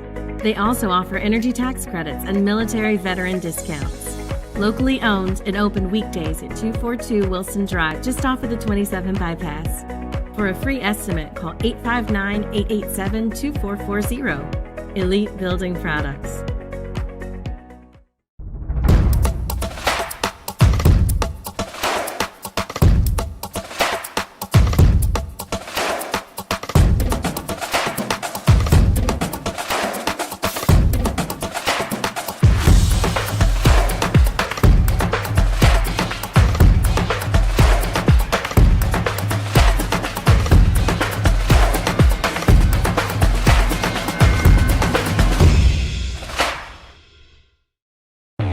Can one college be all things to all people? Bluegrass Community and Technical College can. Learn more at bluegrass.kctcs.edu. Stuck on the road? Call Martin's Peterbilt Mobile Service. Our 24/7 commercial roadside service, truck and trailer repair, and warranty service will have you back on the road in no time. Call us 24 hours a day, 7 days a week. Martin's Peterbilt, keeping you rolling.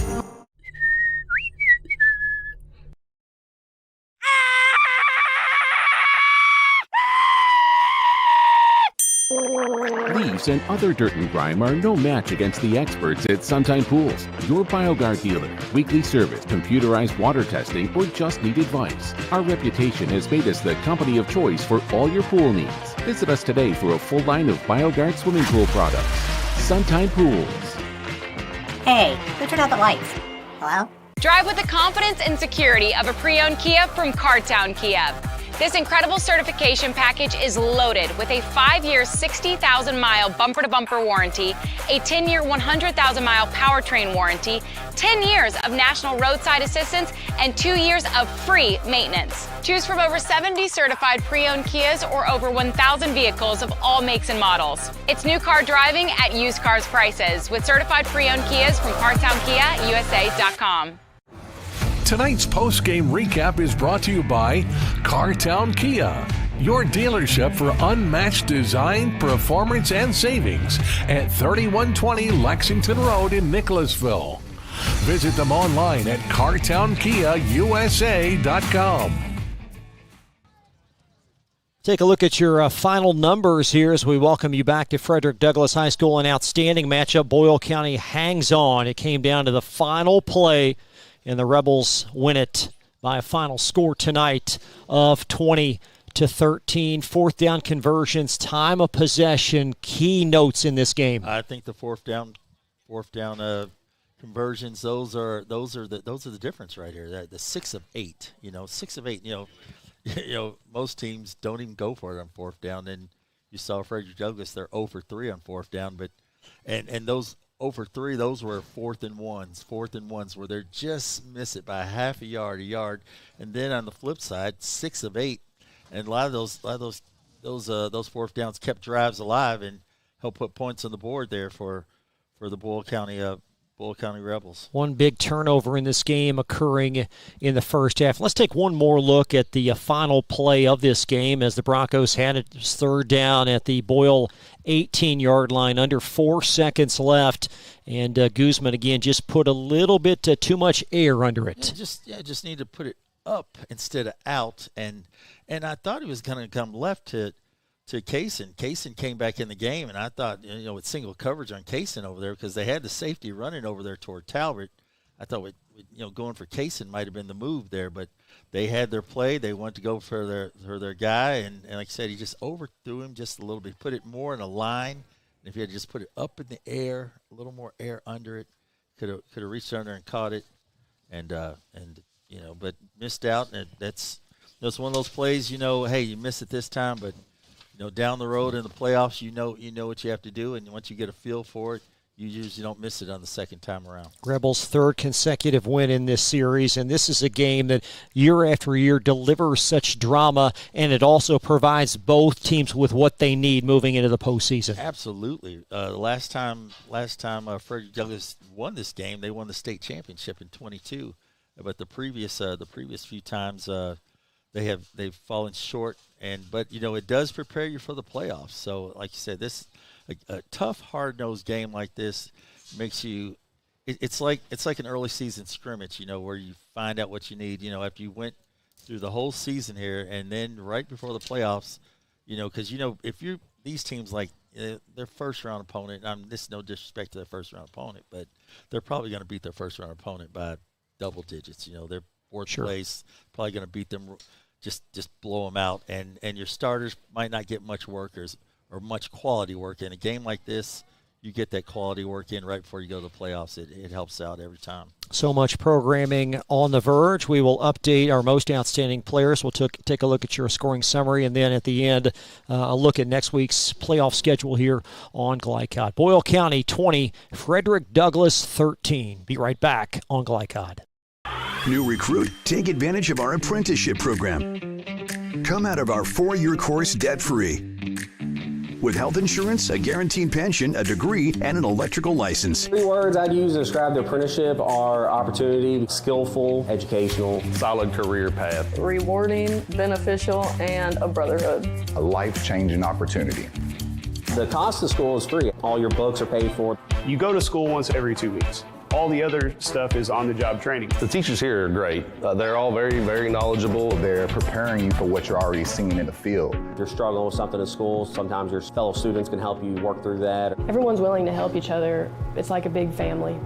I love being a part of a union, something bigger than myself. This field is so vast. You can find something that you really love to do because there is so much you can do. I went from a job to a life-changing career.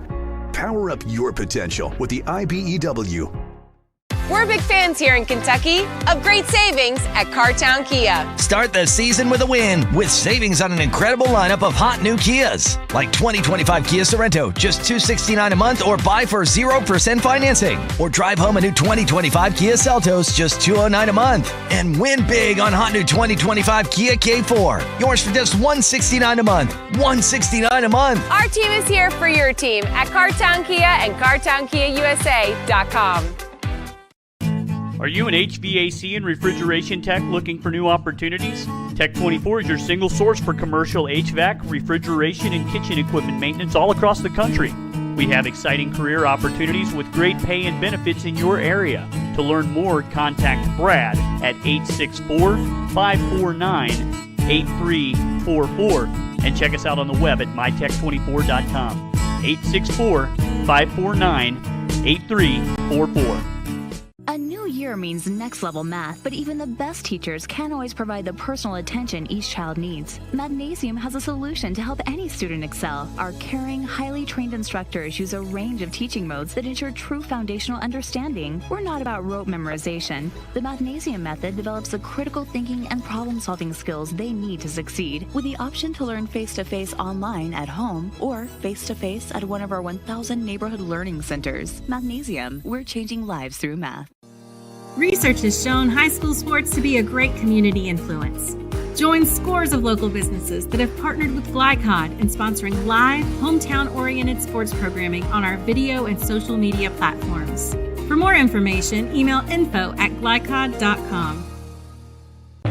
Can one college be all things to all people? Bluegrass Community and Technical College can. Learn more at bluegrass.kctcs.edu. You're watching Central Kentucky High School football on Glycod.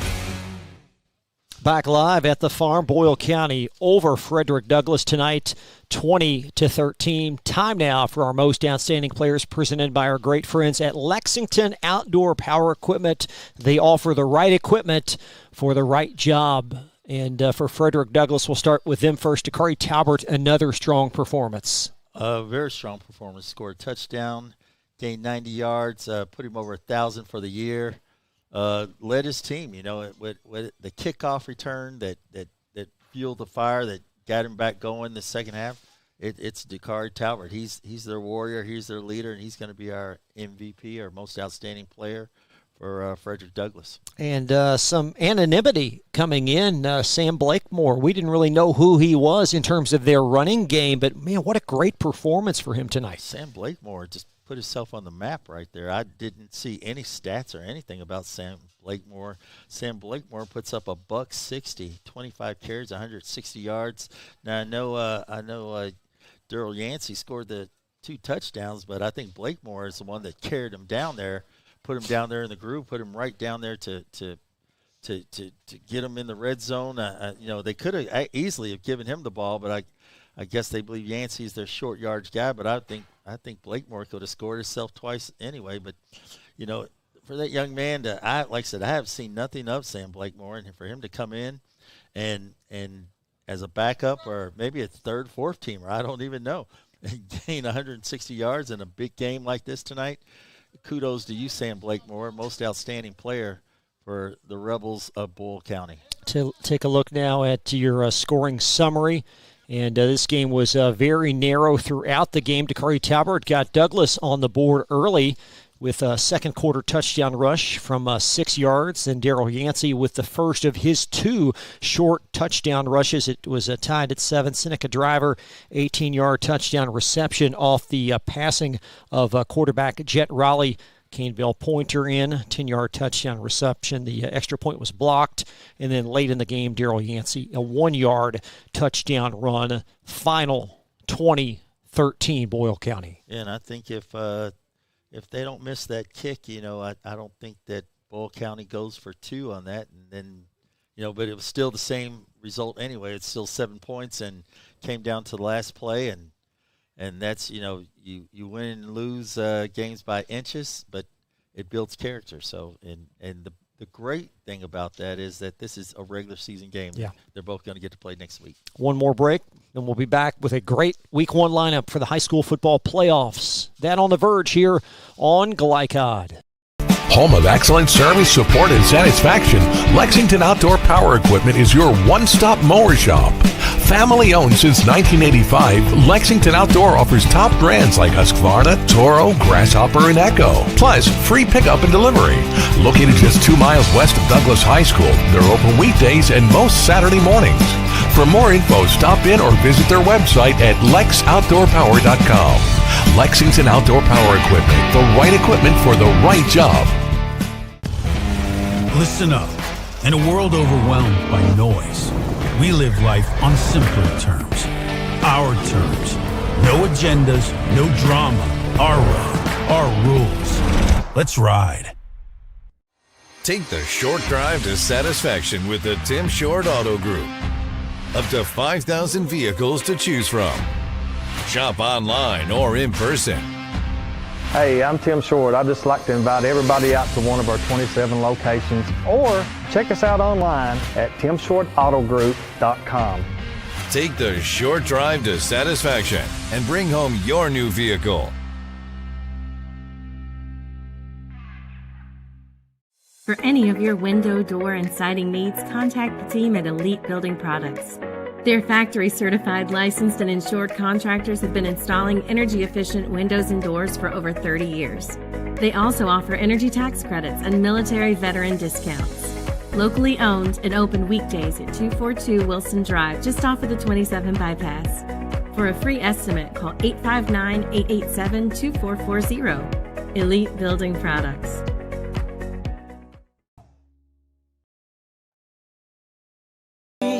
To hear what's on your mind. Take this time to talk and get it right. You know I'll be there all your life. When you need me, I'll be by your side. Little everyday conversations about the dangers of underage drinking can make a big difference in a child's life. Talk, they hear you.